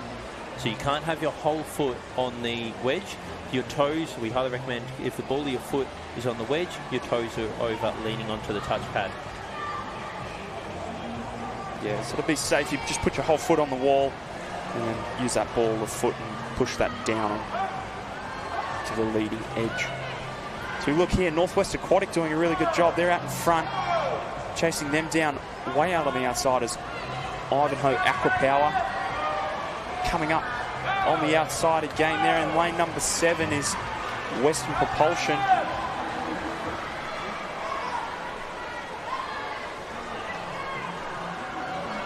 Breaststroke being the slowest moving stroke, it is very important to make sure that you have a high quality breaststroker in there. Take care of the job, get in and out as quickly as possible, hands straight over to the butterfly and the freestylers. Great change over there from Western Propulsion. Young fella got off to a flyer. He's trying to catch Ivanhoe Aqua Power on the other side of the pool, and coming through the middle is Northwest Aquatic. These three teams battling out here in heat 1 of 3.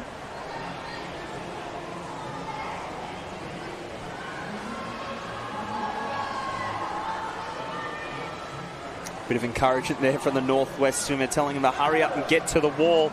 I want my turn. But away goes Western Propulsion here in the water for the freestyle leg. Also important to note that this isn't necessarily the final, it's a timed final. So all of these swimmers will swim, and then it's based off the fastest times if there's more than one heat, which it looks like we've got 3 heats of this.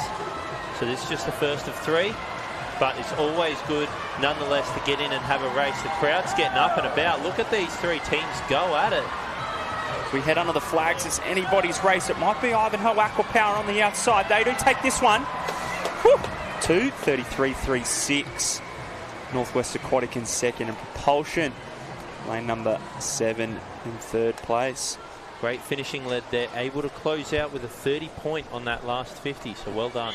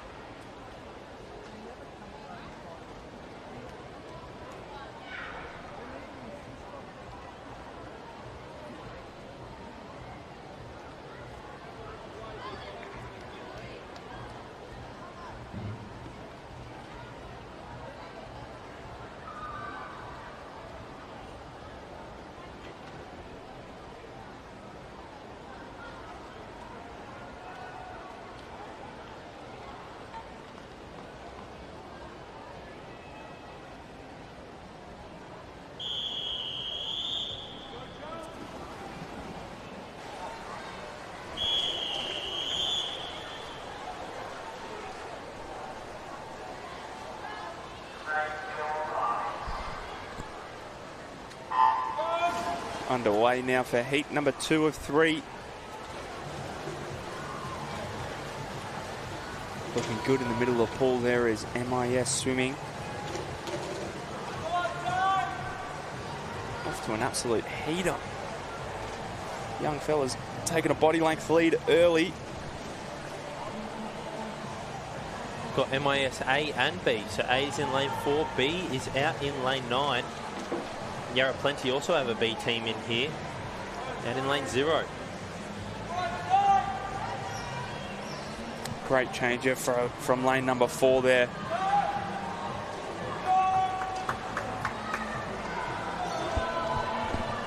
Couple of high stroke rates there early. Good intentions.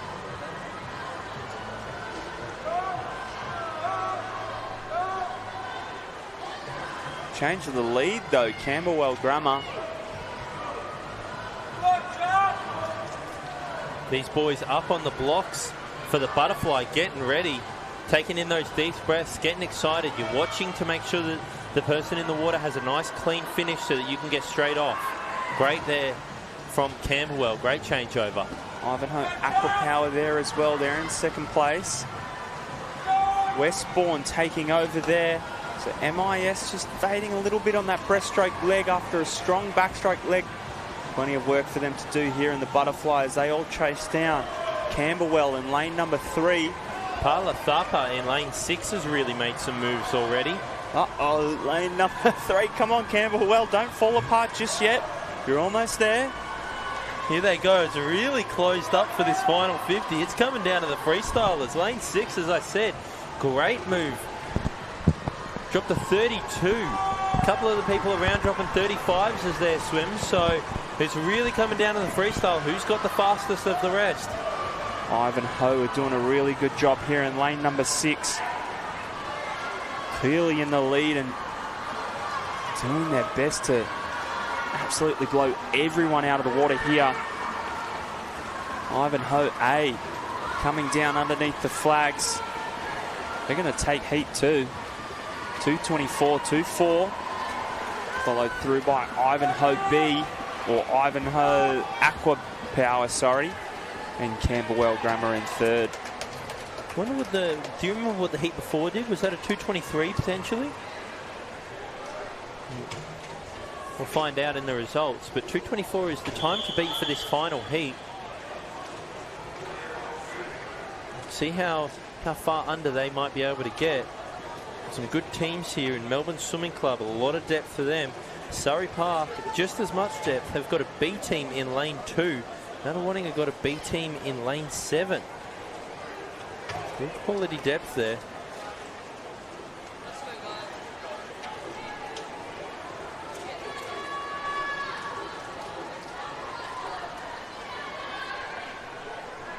We've got a 10-year-old in lane 4 starting for Surrey Park. A 12 and under race. Let's hope that he can hold his own. They are lane 4, so you would hope that most of their swimmers are very strong. Again, thanks to Big Video Media Group. See us on KO Freebies all summer long. Otherwise, you can head to YouTube, Swimming Victoria YouTube channel, and check it out, whether you're catching us live or on the replay. So we get ready to go for heat number 3 of 3. Bit of movement on the blocks there from lane 3. Final for event Wasn't 70, able to the quite boys grip 12 his and under 200 metre grip medley onto that relay. wedge very In lane securely. 0, DB Aquatic. Lane 1, Caulfield Aquatics. Lane 2, Surrey Park B. Lane 3, Melbourne Swim Club. Lane 4, Surrey Park A. Lane 5, Nunawading A. Lane 6, Yarra Plenty Waves. Lane 7, Nunawading B. Lane 8, Essendon District Aquatic. And in lane 9, Western Melbourne Daniel Mancini, Propulsion. we have seen him many times through this competition. Not surprised he's out there showing the ropes. Right there in lane number 1 going well is Caulfield Grammar. Oscar Zoo there. Very important breaststroke leg here. We've got Owen Frawley, who we've seen quite a few times as well today. Out there in lane number 2, Surrey Park's B team. Nunawading have made a big move here. Gabriel Yo. Yeah, unreal stroke rate from him. He's up. He's shooting those hands forward as quickly as he can. They're going to lead here through. Change over to the butterfly. A bit of a cautious start there from them. A great flying start from Surrey Park next to them. Plenty of work for them to catch up. Nunawading about a body length there now. If anyone's going to do it, though, it's going to be Evan Yam. We've seen him multiple times in the 12-13. Holds his own against the 13-year-old, so let's see if he can close this gap a little bit, make it a nice tight race down to the finish. He's already pulled up on the shoulders here as we head underneath the flags now. It's not much in it as they change over. Surrey Park, good job there. Nunawading just fading ever so slightly under the flags. Making sure his freestyle has got a big effort here as the boys here we go. Shoulder to shoulder, 25 to go. Nunawading is just starting to pull away, 15 to go now. The race is on. Wow, what a swim there. Nunawading pulling away there as we head underneath the flags. 2:07.35. Surrey Park in second, 2:08.13. Third there for Melbourne in lane number 3, 2:13.67. You can see the excitement on their face. Nunawading going away with the gold medal there, waving a mum in the crowd. Well done. Evan Yam did all he could in the butterfly, dropped a 28.50 butterfly. Very impressive, but unfortunately it just wasn't quite enough. Nunawading coming over the top in the final 50, and Melbourne Swimming Club in third place there in a time of 2:13.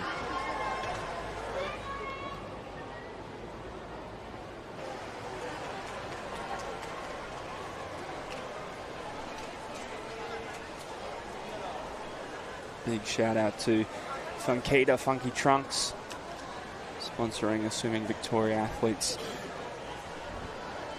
Plenty of activations here on site, otherwise head online. Find yourself in some funky trunks or some Funkita suits. Okay, and this is night 2 of 2025 Mattioli Victorian Metropolitan Championships. We're moving on now to the 4x50 medley relay. Girls, 12 and under, with heat 1 of 3 entering the water now.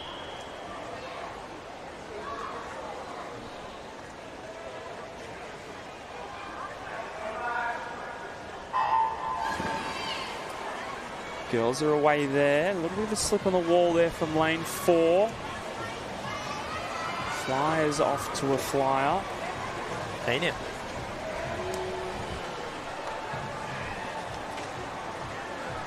Lane number 1, Swimland going well early.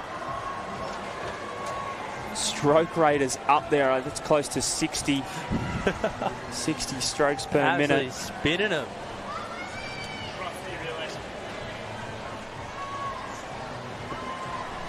Lane 6 also having a good crack there. It's Loretta Aquatic. But Propulsion on the outside there in lane number 8. They've changed over first. Great first leg from them. I think someone stood on the touchpad. Have they? No, lane 8's still really good. Propulsion, sorry, just can't see them behind all the coaches there from our position. Sorry about that. I should be looking at the screen. So far ahead, I couldn't believe it. The race is starting to even out. We've got a few new competitors, a few new teams coming through here now as Essendon starts to move into the lead. Ivanhoe Aqua Power right next to them on the other side of the pool, up there in lane number 0. Might take them from 4th up to 1st there, Ivanhoe. And Essendon 6th to 2nd. So some good moves there in the breaststroke. Like to see a few moves forwards and backwards in the medley relays. Flyers now coming into it. Jonah Kai and Anna Mappison seem to have the best of the breaststroke legs there. So well done to those girls, getting their teams right into the mix of it. Have a real go at trying to win this heat. Ivanhoe Aqua Power doing their best to stay in amongst it. They're out there in lane number 0. Pretty hard to see what's going on in the middle. The team in lane number 5, Flyers, have started to take up that lead as we head under the flags now. We'll change over to the freestyle swimmer. It will be Flyers.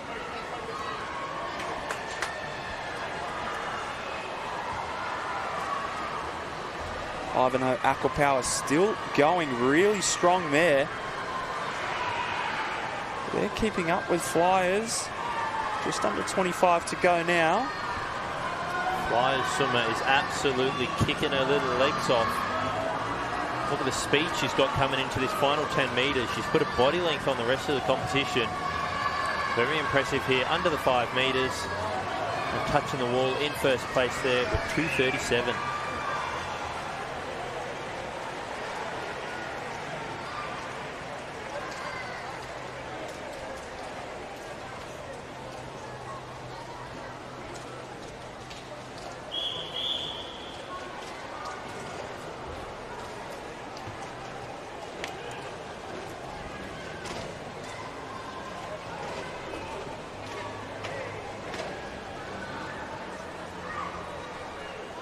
We'll move on to Heat 2 now.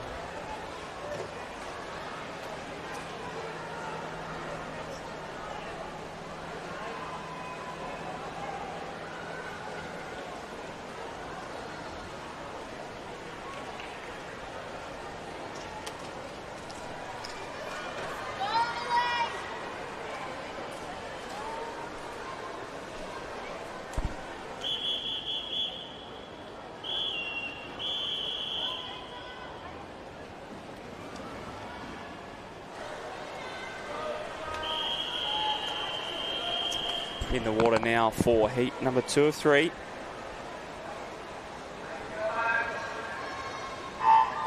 Great starting position from lane number 7, DVE. I was about to say that as well. She got it right up high, didn't she? First age group swimmer I've seen get real out of the water. Unfortunately, she's just fallen a little bit behind off the start there. The bigger girls have just motoring away from her. Right technique, just needs a bit of time to develop the power to pull off that swim.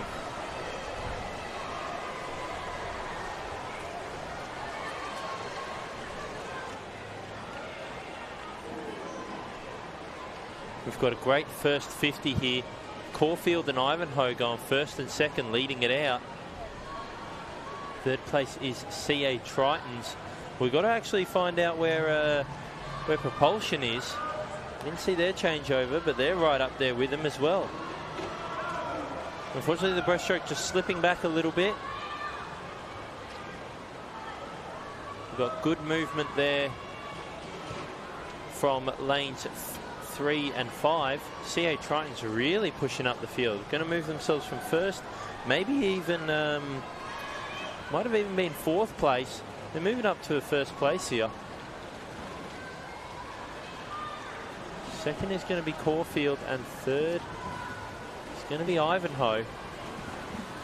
Very important changeover there for Caulfield. Right there just shows you the importance of a good changeover. Went in about half a second behind.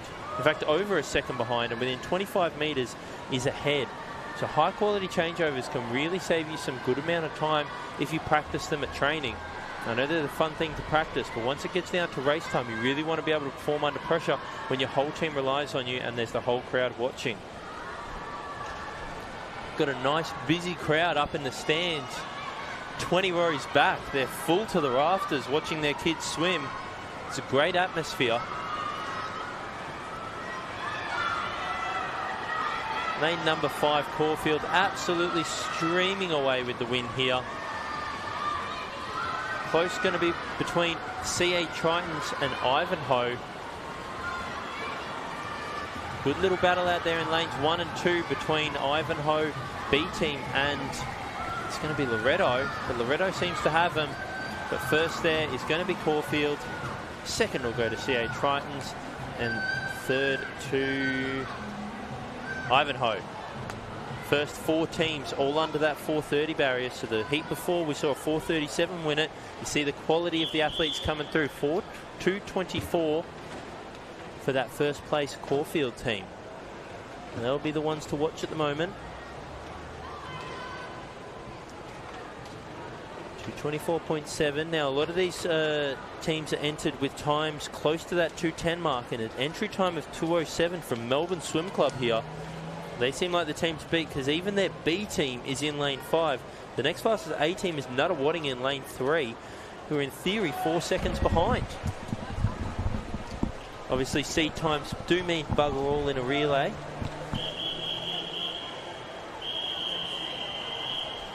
It's like coaches trying to make a potion. You just throw a little bit of this in, a little bit of that in. Next thing you know, you've got a seed time. Hopefully, it's near the middle somewhere. Yeah, it's a bit like a good pasta recipe. Introducing just the plug finals in in there. event 71, the girls PB 12 and under times or 200 metre thereabout medley times. relay. A great In start in lane the middle 0, there from Surrey Melbourne Park Swim B. Club. That'll be In Melbourne lane 1, A Yarra in lane Point number to 4. eight. Going with them then there. In lane number 6 is Surrey Park. Lane number 4, Zoe Clemenson. We've seen her so much during this week, and she's really showing her expertise here. As a 12-year-old, we've seen her racing against 13-year-olds, but now we get to see her race against 11-year-olds. She's really dominating the field with Surrey Park in lane 6. Great change over there from Surrey Park. Though they touch second, they're clearly in first now, and that's the difference between a good flying start and a bad flying start there. This new age breaststroke we're seeing, not much time out in front. As soon as those hands are getting out in front, those feet are finishing and we're starting again. Although the changeover wasn't great, there's good swim speed here from lane 4 from Melbourne Swimming Club. Anis Wu. So this is evidence that Adam Peaty has changed breaststroke. As you can see, 12-year-old girls are swimming like the multiple Olympic champion. See here, Melbourne Swim Club doing a really good job. Melbourne Swim Club A in lane number 4. That is great technique from lane number 4 there. As soon as her hands touch the water, she's already ripping down the front of that stroke and generating a lot of power out the back. Although high stroke rate, she looks like technically she's getting it very right, and it's definitely showing on this third lap. She extends a massive lead.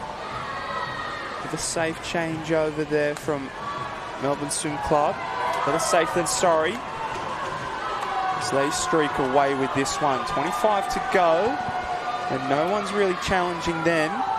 We'll head to Nunawading in lane number 3 there in second place. Looks to be Melbourne Swim Club B in third spot, but it is all Melbourne Swim Club A. So they touch in a 2:06.68. 2:09.97 there for Nunawading and a 2:10.48 for Melbourne B. That time of 2:06.68 did beat the boys.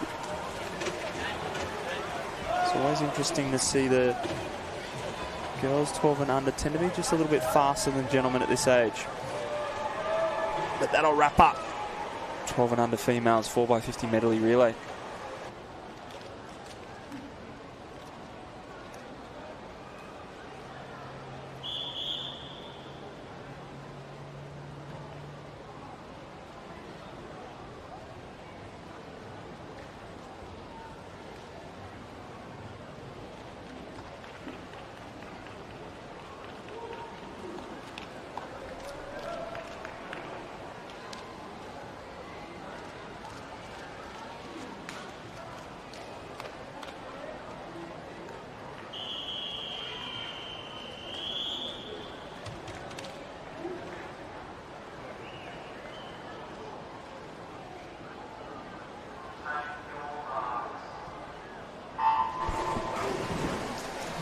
Away we go now for the 4x50 freestyle relay. 17 years and over. Splash and dash. Well and truly here. Pretty even starts across the board. Lane number 1, Nunawading going well. Nunawading B. Lane number 4, Surrey Park going well also. So we head to the first changeover. Will be Nunawading leading off, but Surrey Park with a great exchange there. 24.27 on the way out. Very quick. Again, you're seeing a few good changeovers there where the person swimming into the wall is getting in with great speed. That person leaving is good trust. Great changeover from Nunawading A in lane 5. That was lightning quick. Surrey Park keeping up with them though. Lane 6 there for the second leg. Nicholas. Great swim to get his team back into contention, because we weren't really talking about lane 6, but it is 5 and 4 that are breaking away. Nunawading still leading this. 23-7-3. One of my good mates, Anthony Lynn, here in lane 4. Went to school with the young lad. Let's see what they can do for this final 50. He's really putting it to Lachlan Chan. Both athletes having a real crack at lane 6. Melbourne Swim Club coming through with a 23.06 to snatch that silver medal. Felix Dressel-De Bruyne, we've seen him multiple times in this competition, and his younger brother. Giving a nod to the people on the side of the pool. The fans are letting them know, great job. Good effort there from our medalists, first, second and third. Great swimming.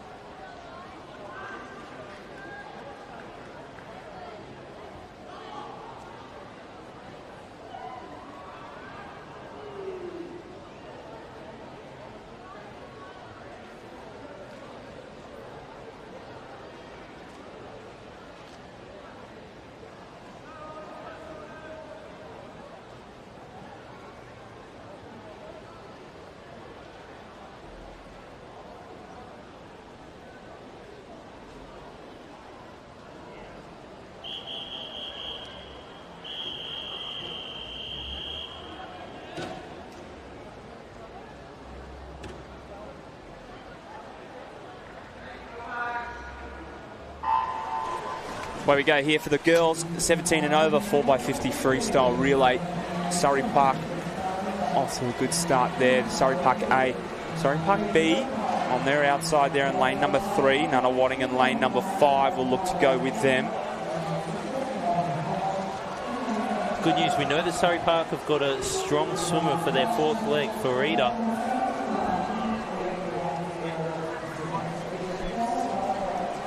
Great start there, 26.01. What a flying start there for Surrey Park.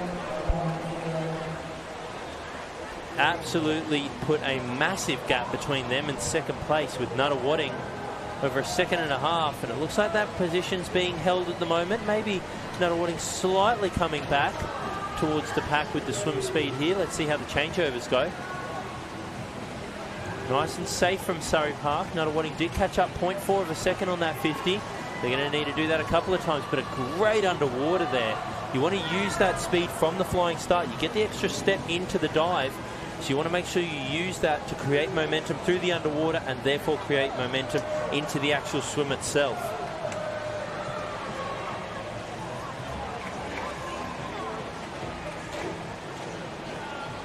Very safe changeovers from all of the girls so far. But we come down to the final leg. There will almost certainly be no disqualifications. Farida versus Courtney. And I don't think there's too much to worry about here. Surrey Park B team is going to take out the bronze medal as well, barring anything that might go wrong. Behind them you've got Propulsion, Nunawading B team, and then Cheltenham. 146.97. What's that an average of? Around about 26.5 per lap. It's pretty good for the girls.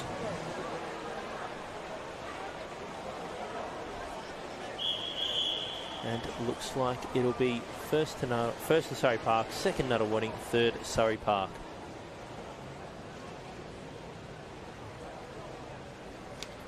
We'll move on now after seeing the 11-year-olds, then the 17-year-olds, sorry, the 12-year-olds, then the 17 and overs. Now we're seeing the 14 and under in a 4x50 metre relay. We've got 3 heats of this. First heat is only 3 teams. Southeast Aquatic, Ivanhoe Swim Club and Flyers Swim Team. At number 74. At the moment we're running well on time. Let's see where we're at. We're about 3 or 4 minutes ahead of schedule. Great job from all of those involved. After this, we've only got 4 relays races left. Yeah, big shout out to our technical officials, all our volunteers. Doing a really good job here as we start our 4x50s freestyle relays. Game boys, 14 years and under. See a good mix up here. You can see all these teams featuring, oh, we've got an 11-year-old here. Flyers, 11, 12, and 13 years of age. 12, 13, 14s for the other teams here. So a good mixture. As C Swim Club, Southeast Aquatic, leading us out, 29.45.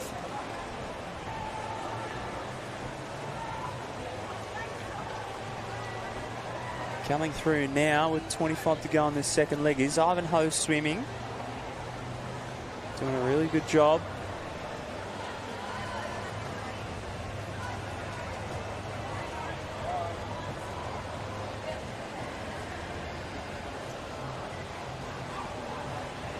Really safe change over there from Ivanhoe. Oh, just lost his goggles, so see if he can keep on going. Sometimes we don't prepare for the worst case scenario, but here he is doing a really good job, still in the lead, still working really hard. Definitely holding his own. 15 metres to go, no goggles. Tucked around the mouth, so makes breathing an issue as well. Yeah, he's done a really good job here. He's in fact extended that lead. Well done, Ivanhoe. Well done. Still in first place, followed through by Flyers and Southeast Aquatic out there in third place. You ever have any equipment mishaps, whether that be cap, goggles, bathers? Yeah, I lost goggles in the 400 IM. Oh, what a time to lose them. Still went on to win that race though. Oh, of course you did. I would expect nothing less. You don't even need goggles for backstroke. Nah. Or a 400 IM short course. It is Ivanhoe though. They'll take this one. They'll take heat number 1, 2:04.86.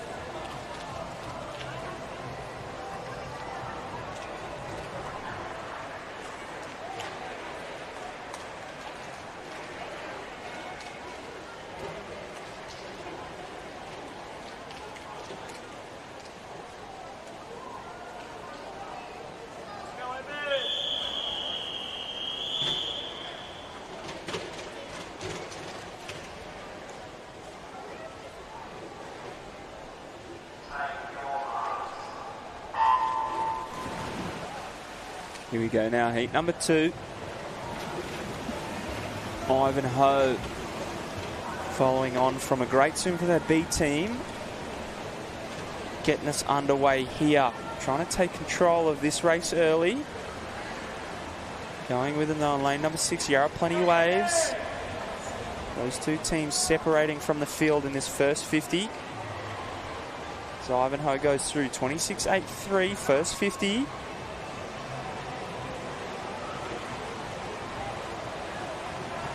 Shelton with a bit of work, try to keep up with them.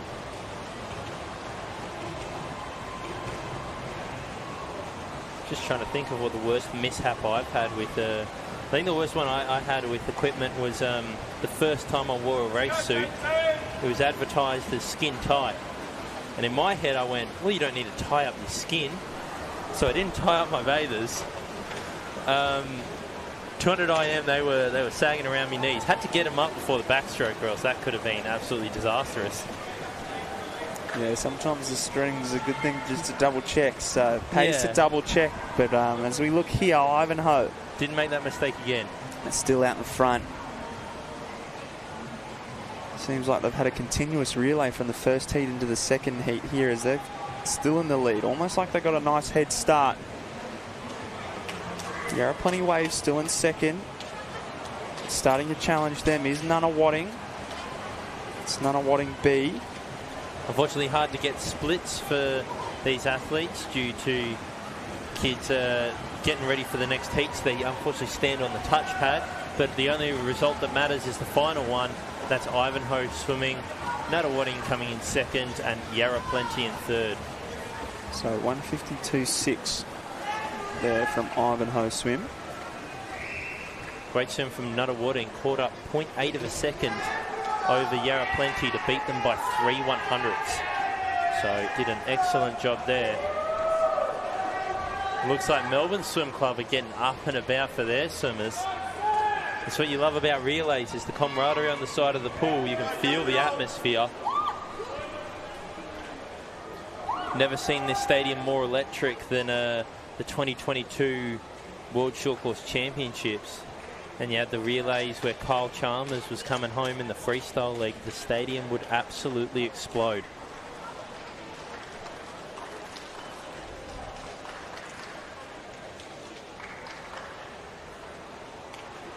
Here we go into the final heat. You'd expect the fastest.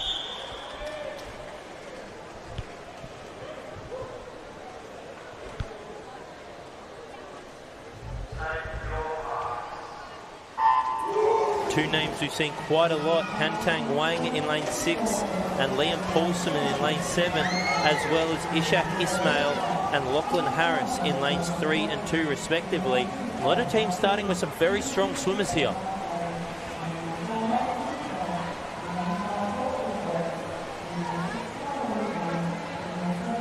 My word, it's Birch down the middle though that is absolutely flying into it.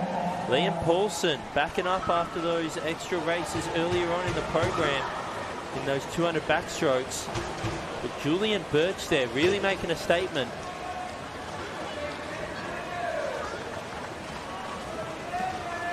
Will be Melbourne Swim Club though in the middle. They've got the lead here. So we head from the second to the third swimmer now.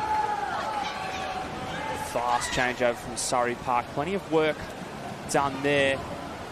Coming up alongside Melbourne Swim Club there is Caulfield and Nunawading. Lane 4, 5 and 6, you can barely distinguish between them. They're absolutely having a crack at it.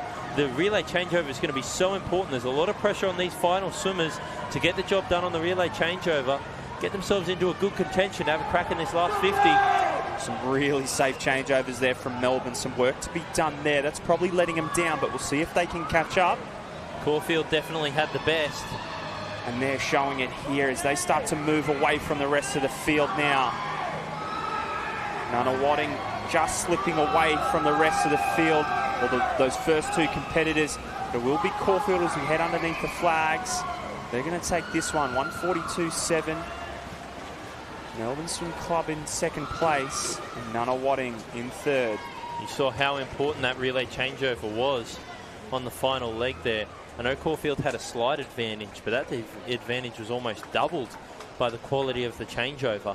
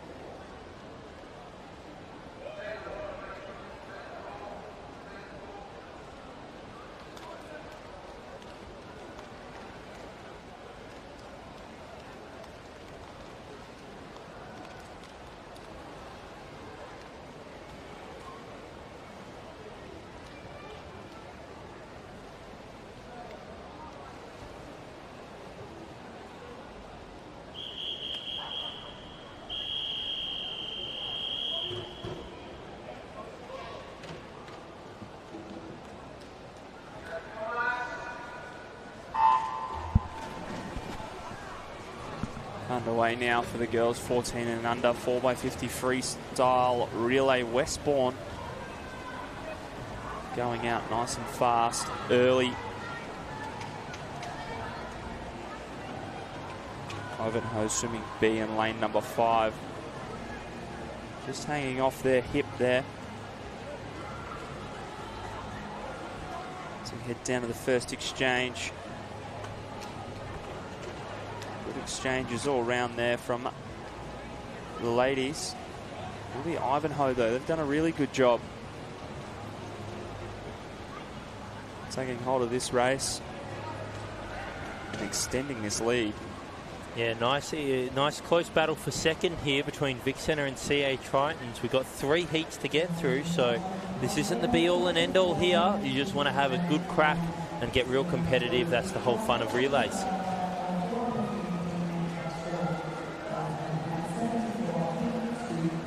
So it's still Ivanhoe leading this one. They've got a sizable lead. Melbourne Vic Centre, CA Tritons with plenty of work to catch up to Ivanhoe swimming B team.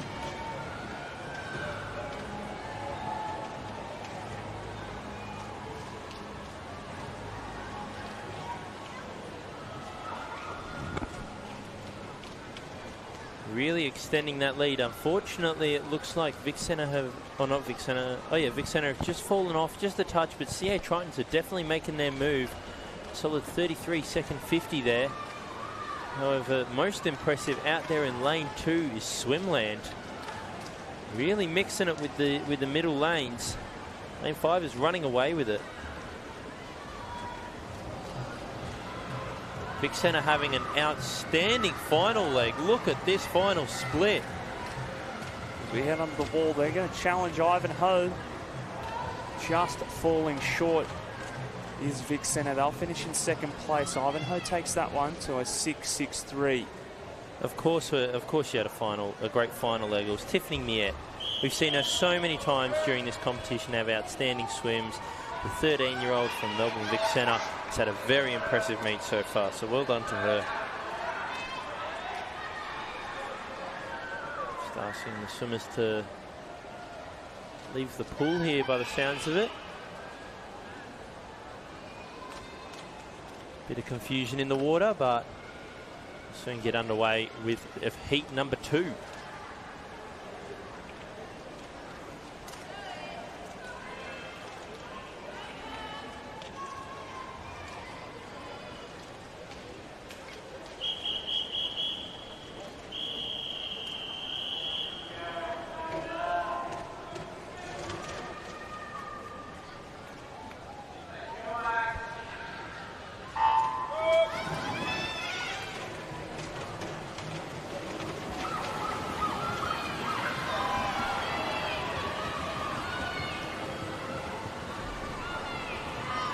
To a great start is Nunawading.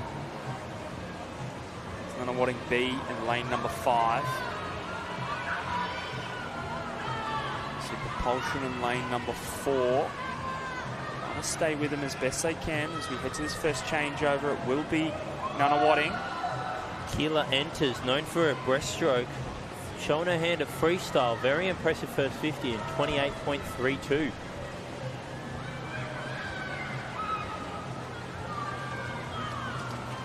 Nice close race now between Propulsion and Nunawading.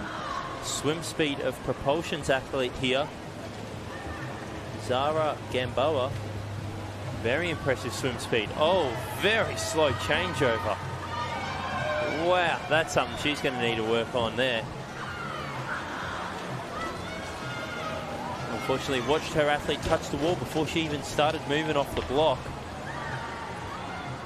The good relay changeovers, you actually, some of them still have a stroke left to go in the wall by the time that you're actually feeling like you're through the air. Obviously, the last thing you want to do is land on your own athlete, but you've really got to be pushing the boundaries sometimes. Propulsion doing a good job to make up for those mistakes. Somehow I believe I got kicked once. That's how close I got to the swimmer in the water, and we still didn't get disqualified. Got to fly off nice and early, but it looks like the delayed reaction isn't going to cost them the win here. Nuttawading putting up a good fight for this last 5 metres, but I think it's just a little bit too late. 28.86 for that final leg. 155.2 final time and a 155.8 for Nuttawading. We'll see how that stacks up to the last heat, but you'd expect that there'd be a big drop-off.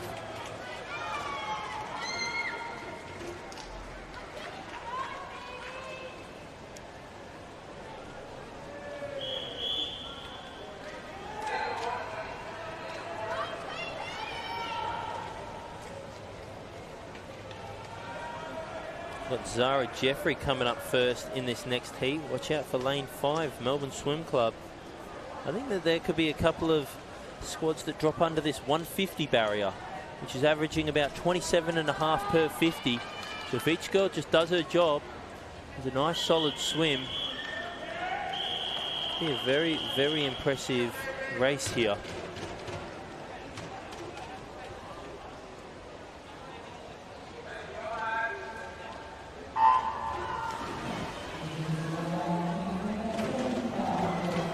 Go the final race, lane number 5. As I said, Zara Jeffrey, absolutely flying start. Going to hand over to her other teammates. Going to give them a lead to begin with. Nuttawading got some work to do almost immediately. We've seen the long run up in lane 5 actually, 2 feet over the back of the block.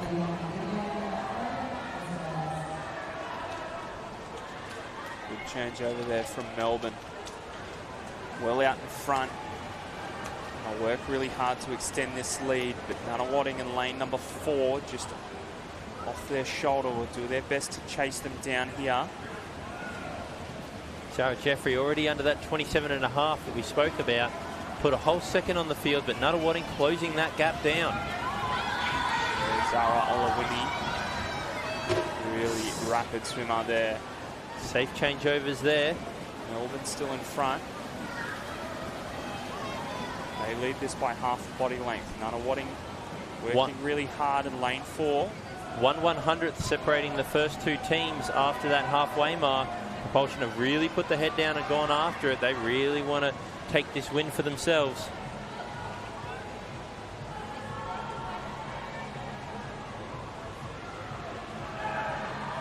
Almost a second gap put on them there. However, here come Nuttawading. Better changeover than Melbourne. See if the swim speed's any quicker. It looks like Melbourne have done just enough to get themselves over the line. Well done to Melbourne Propulsion. 149.95, as I predicted, just under that 150 barrier. Very impressive swim from those ladies. Back in a 27.0 for the swimmer from Nuttawading. Very impressive swim. But first to Melbourne, second to Nuttawading, and in third place, Caulfield.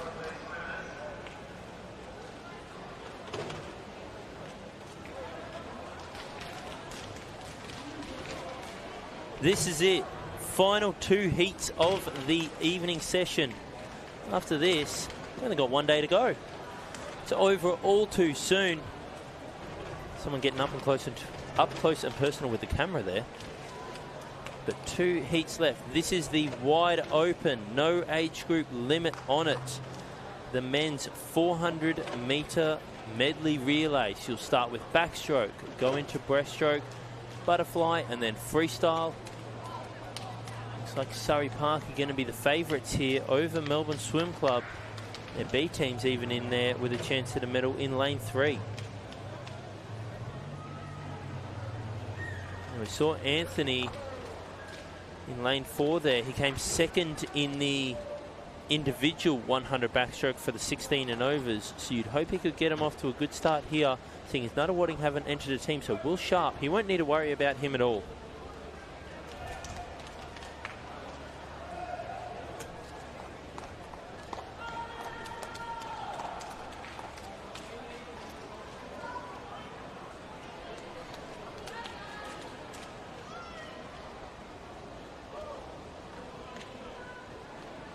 As the sun is setting on this beautiful cloudy Melbourne afternoon. 7:30, been a long day of racing. But we're down to the final 2 races of the evening and of the day.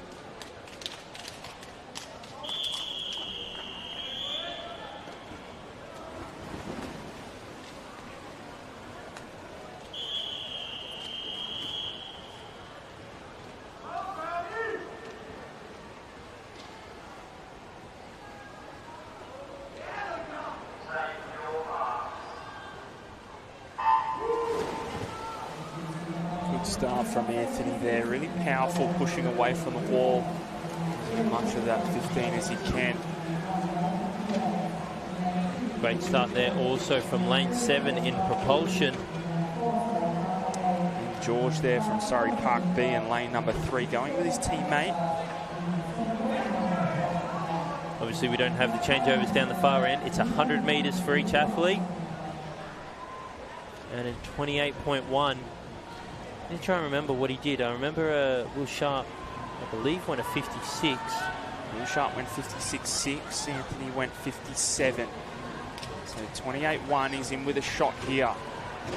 Can't fade too much as we head underneath the flags here. He's just started to slip a little bit. He's got to stabilise underneath the flags now. Always tricky to do in the last 10 metres of a race. Great changeover. 58.0 there. I think that's pretty close to what he did in the individual event, so it's good to see that he can still back up for his team, do the job that's needed. Really liking the breaststroke technique of lane 3 there from Surrey Park. Max Malone, he's got a really nice technique to his breaststroke.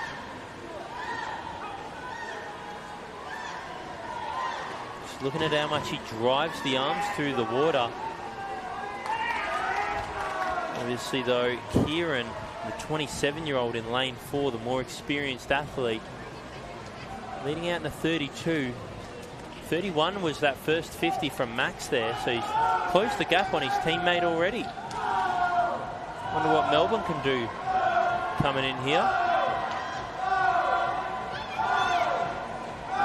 Big calls from the boys of Go. Big calls of Go, sorry, should I say, from the boys of Melbourne Swim Club. Felix having a great swim here. He's pulling up alongside Surrey Park and he's dragged Surrey Park B up alongside Surrey Park A. Unreal change over there. Not quite sure what the legs were doing though there from Melbourne. Bit strange. Little donkey kick there into the water, but Felix de Bruin, 33-second backhand. That leads me to believe he would have gone about a 103 there for that 100. Not entirely sure a donkey kick helps you, but I have seen it before. Good reaction change. Shoulder to shoulder here, Surrey Park and Melbourne there, a little bit long in the wall. You'd rather be stroke here. The rule of thumb is you'd rather be long on the wall into a turn, short on a touch. So if you have the option of, I need either a half stroke or to glide for a bit, you want the half stroke on a finish, you want the long touch on a turn. But my God, what a close race we have here. Good changeovers there from the boys. Ollie Mack was in the 400 earlier tonight. Surrey Park, I think, had a better reaction time, but Melbourne Melbourne Swim Club with Bart there in lane 5, much better underwater at holding his speed through that start. Faster swim speed here for Oliver McKenzie. We saw him earlier tonight in the 200 free. We'll see how the turns pull out for the two of them. Bart with a great underwater, doing 4 kicks there. But I just think that Oliver's going to be too big, too strong. The 20-year-old taking on the 16-year-old, and I think the experience is going to show. 15 to go is all Surrey Park there. Ollie doing a good job at shutting this one down. What was a race at the start of this leg? He's blown apart by Ollie. 3:55.18. They take that one over Melbourne. And it'll be Surrey Park B taking out third spot. Is that Anthony Lynn there? That's his second relay so far tonight. He's going to be gassed knowing that kid. He doesn't do a whole lot of backing up on the day-to-day. He's a power athlete, I'll tell you that much. So he's absolutely blowing a gale there.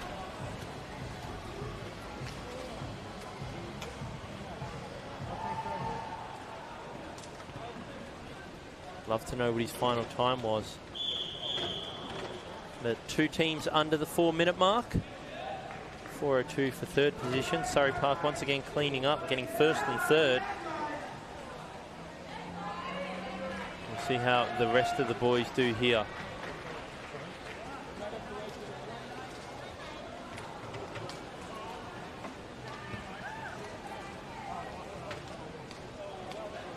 Unfortunately, just a bit of problems with lane 8 here, making sure the backstroke wedge is in nice and even.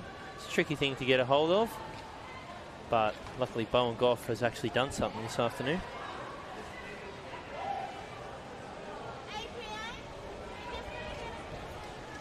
Time now for women. Last event. Medley relay. Save the best for last, they say. See a hot race here in the middle of the pool. Once again, Surrey Park in lane 4 and 3 and Melbourne Swim Club in lane 5, exactly the same as the last event. See if any of those other swim clubs like DVE in lane 2, can they potentially put it to them?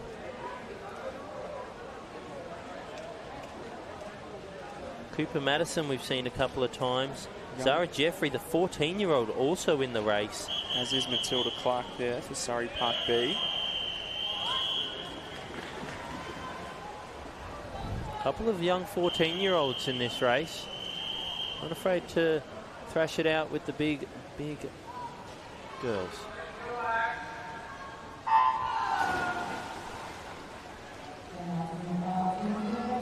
Away we go here. Great start from lane number 4. That's Surrey Park A. Sasha Jones. She's already out to a body length lead, and we're only 25 metres into this race.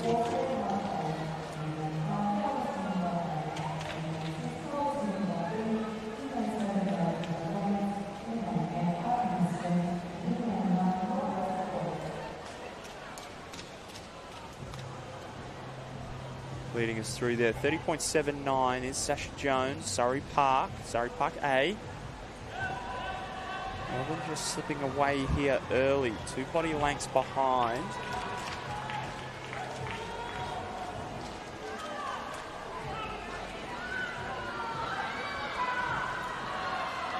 Great length on the stroke there from Surrey Park. Bit of a higher rate from Melbourne. Seems to be closing the gap a little bit, unless I'm mistaken. Yeah, just a hair. Got some of that distance back. Let's see if they can fight it back in the breaststroke now. A little bit enthusiastic there from Surrey Park, going with the high rate early. Amelia Otto out here, getting those hips really, really high after each kick. She's also opting for quick stroke rate. The Adam Peaty style, as you were referring to. Yeah, not earlier. a lot of time left out in front. Kind of just as soon as those hands shoot out in front, scooping out. Just looks a smidge rushed, but she's doing a good job at keeping up Surrey Park here. Lane 2, we've got the Amity Lansbury. Seen her quite a few times this meet. Very common name in the pool over this weekend. Surrey Park is absolutely demolishing this race. Long way ahead. Careful, Melbourne Swim Club A. Your B team is sneaking up on you here. You cannot lose to the B team, can you? No, 15 metres to go. Oh, here we go. Between Melbourne A and B, but it is Surrey Park. They'll change over in first. It's about bragging rights at this point. Safe change over there. That's Sarah Jeffrey, so we know she's going to have a good swim. Just trying to stay safe. I believe safe is what a coach might call slow. You want to really be pushing the limits on these changeovers. Yes, if you read between the lines, slow is safe and good is fast. Yeah. Good is we think you might be disqualified. Well, that usually goes under the acronym. Ooh. But it is Surrey Park, all out on the lonesome. About 5 metres ahead of the rest of the field now. Yeah, it Melbourne looks like Swim Club have extended away now. Yeah, the A team's put some distance on the B team. Team that has come up is DVE, as I was talking about, trying to get themselves into the medal podium from lane 2. Change over here, Melbourne. And it is DVE. They are third. Melbourne Swim Club B now moved down to fourth.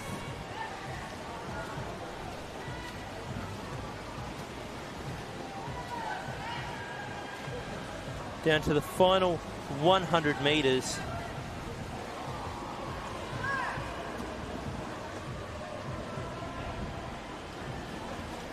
The day is almost done.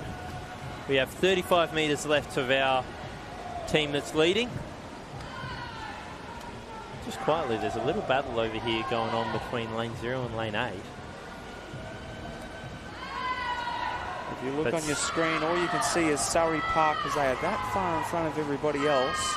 I'm going to have a 15-metre win here, just about. As we come into touch, it will be 15 metres, 4:20.04. They win that well and truly. DVE is screaming at their athlete to get it home.